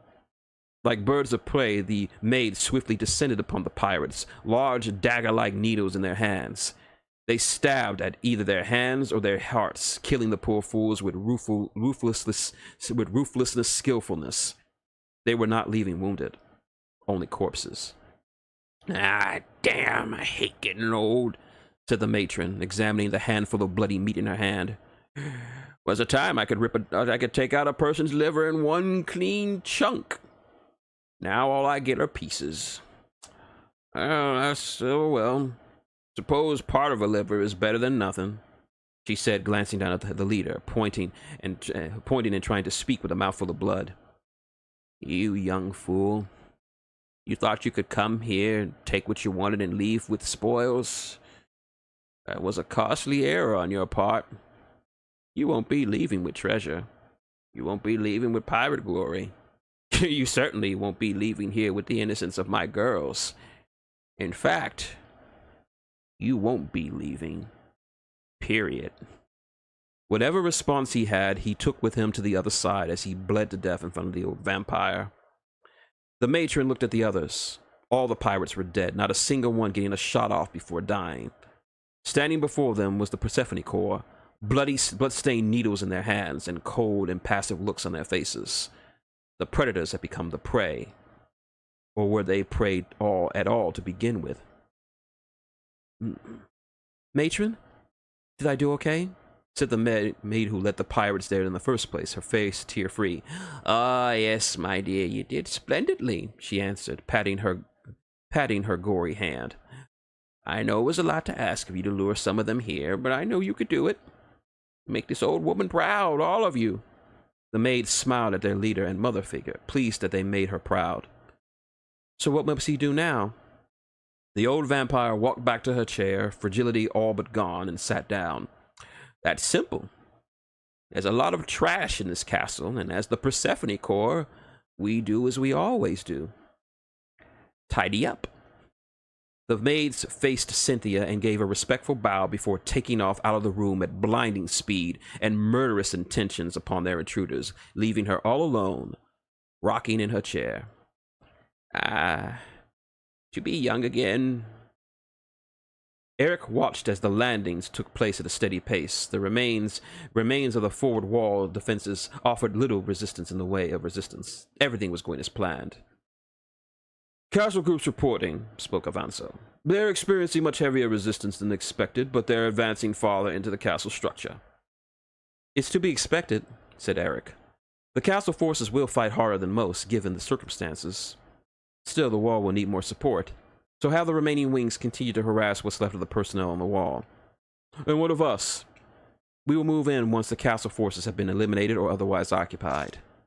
I want nothing to stand between us and the royals. Kazan! Willis shouted urgently. What is it? Scanners have just picked up a new contact coming from the west. Eric walked over to his cousin's stations and looked at the holoscreen himself. They can't have gotten reinforcements this early. It doesn't look like it. From what I can see, it's a single ship. Just one? Yes. But moving at extreme velocity. I've never seen anything fly that fast. It'll be here in less than 5 minutes. Eric watched the object race across the stream, lost in thought. Then, for the first time since the entire coup started, his face was awash with anxiety and uncertainty as he realized what it was. Did you say it was coming from the west? Yes. Land the ship. Pardon, cousin? Asked Alfonso. I said land the ship. I want us in the castle before that aircraft gets here. Well, what about the plan? Plans changed. He slammed his fist on the control panel. It seems I made a slight error in my plans. I have underestimated him. The royal party continued their trek towards the teleporter that would take them to the Colosseum for safety. A few times they avoided a few roaming bands of intruders as they ransacked everything they could. Just then, the radio clicked on and someone spoke. Anyone in Castle Dracula, come in! I repeat, anyone in Castle Dracula! Akira clicked the receiver, but he couldn't get an image of the person he was speaking. This is Guardian Barbosa. Identify yourself. Whew. Good. I thought we were late for the party. What party? What party? Who is this? Just a bunch of guys who came to pick up our friend. Assuming Dawn is still alive, of course. Dawn turned her head at the communication link upon hearing her name. Someone wants me? She asked. Dawn, Glad to hear you're safe and sound. It was then that she finally recognized the voice speaking to her. Jinx? No worries, girlfriend. Cavalry's here. And so ends the first part of the Battle of Castle Dracula. Yep. It's an intense battle. Yeah, and Eric gloated a little too early, underestimated our dear boys and girls, and they're coming in hot. Well, Captain Cisco or Ambassador Delenn during the first battle of Babylon 5. He is behind me. You are ahead of me. If you value your lives, be somewhere else. Yeah, fun fact, Matron Cynthia is named after my mother. That's right. My mother's a tough old broad, and he was very flattered to be named after such a tough old vampire who is brutal in a way. Yep. Yeah, my mom's is a piece of work. She has cussed out FBI agents, and the FBI agents said they were sorry for messing with her. That's how badass she is. Yep. So I gave her a badass old vampire. But for you, Devil, I'm gonna give you a little spoiler. The name of the ship that of the vessel they're flying in, the Terry Bogart. That's right. The Geese Howard for the slower one, but for the faster one, Terry Bogart. It's time to get serious. Stand up. And best believe they're gonna ask these bastards if they're okay, and they're gonna eat something for it. But that will have to be the end of that. Will have to come next time, as the battle. Yes, the Hungry Wolf coming in. I may use rock for something else. LPH. You know what? Thanks for the idea. I'm gonna use rock for something else. I'm gonna use rock, however, for another ship or another plane or something. I'm gonna work him into the story somewhere along the line. This for the suggestion. But yeah, the Battle of Castle Dracula has just begun, and best believe it's gonna get wild before this battle ends. Some shit is going to go down. I'm not gonna spoil what's gonna happen, but yeah, everybody's gonna see some action. But for the next time, I think you all should queue up "Shoot to Thrill" by AC/DC, because we're gonna get some aerial combat going in here. Looking forward to it. So anyway, that's tonight's stream. I want to thank everybody who joined in: Mike, Shell, Devil, LPH, and of course Hairball somewhere in the chat. Thanks for everybody coming in. If you're new to the channel, thank you for the subscriptions. It all helps the channel out. Views and the comments really help out. If you're interested in reading along with me, I will post, of course, as always, links to the ebook so that you can read along when the story is getting to its epic, brutal climax. And of course, timestamps will be in the description, so you can pick which parts you want to get to. Thank you very, very much. So until next time, this has been Shintigercurl, that dude in the straw hat, saying good night. And prepare yourselves, for the battle has only just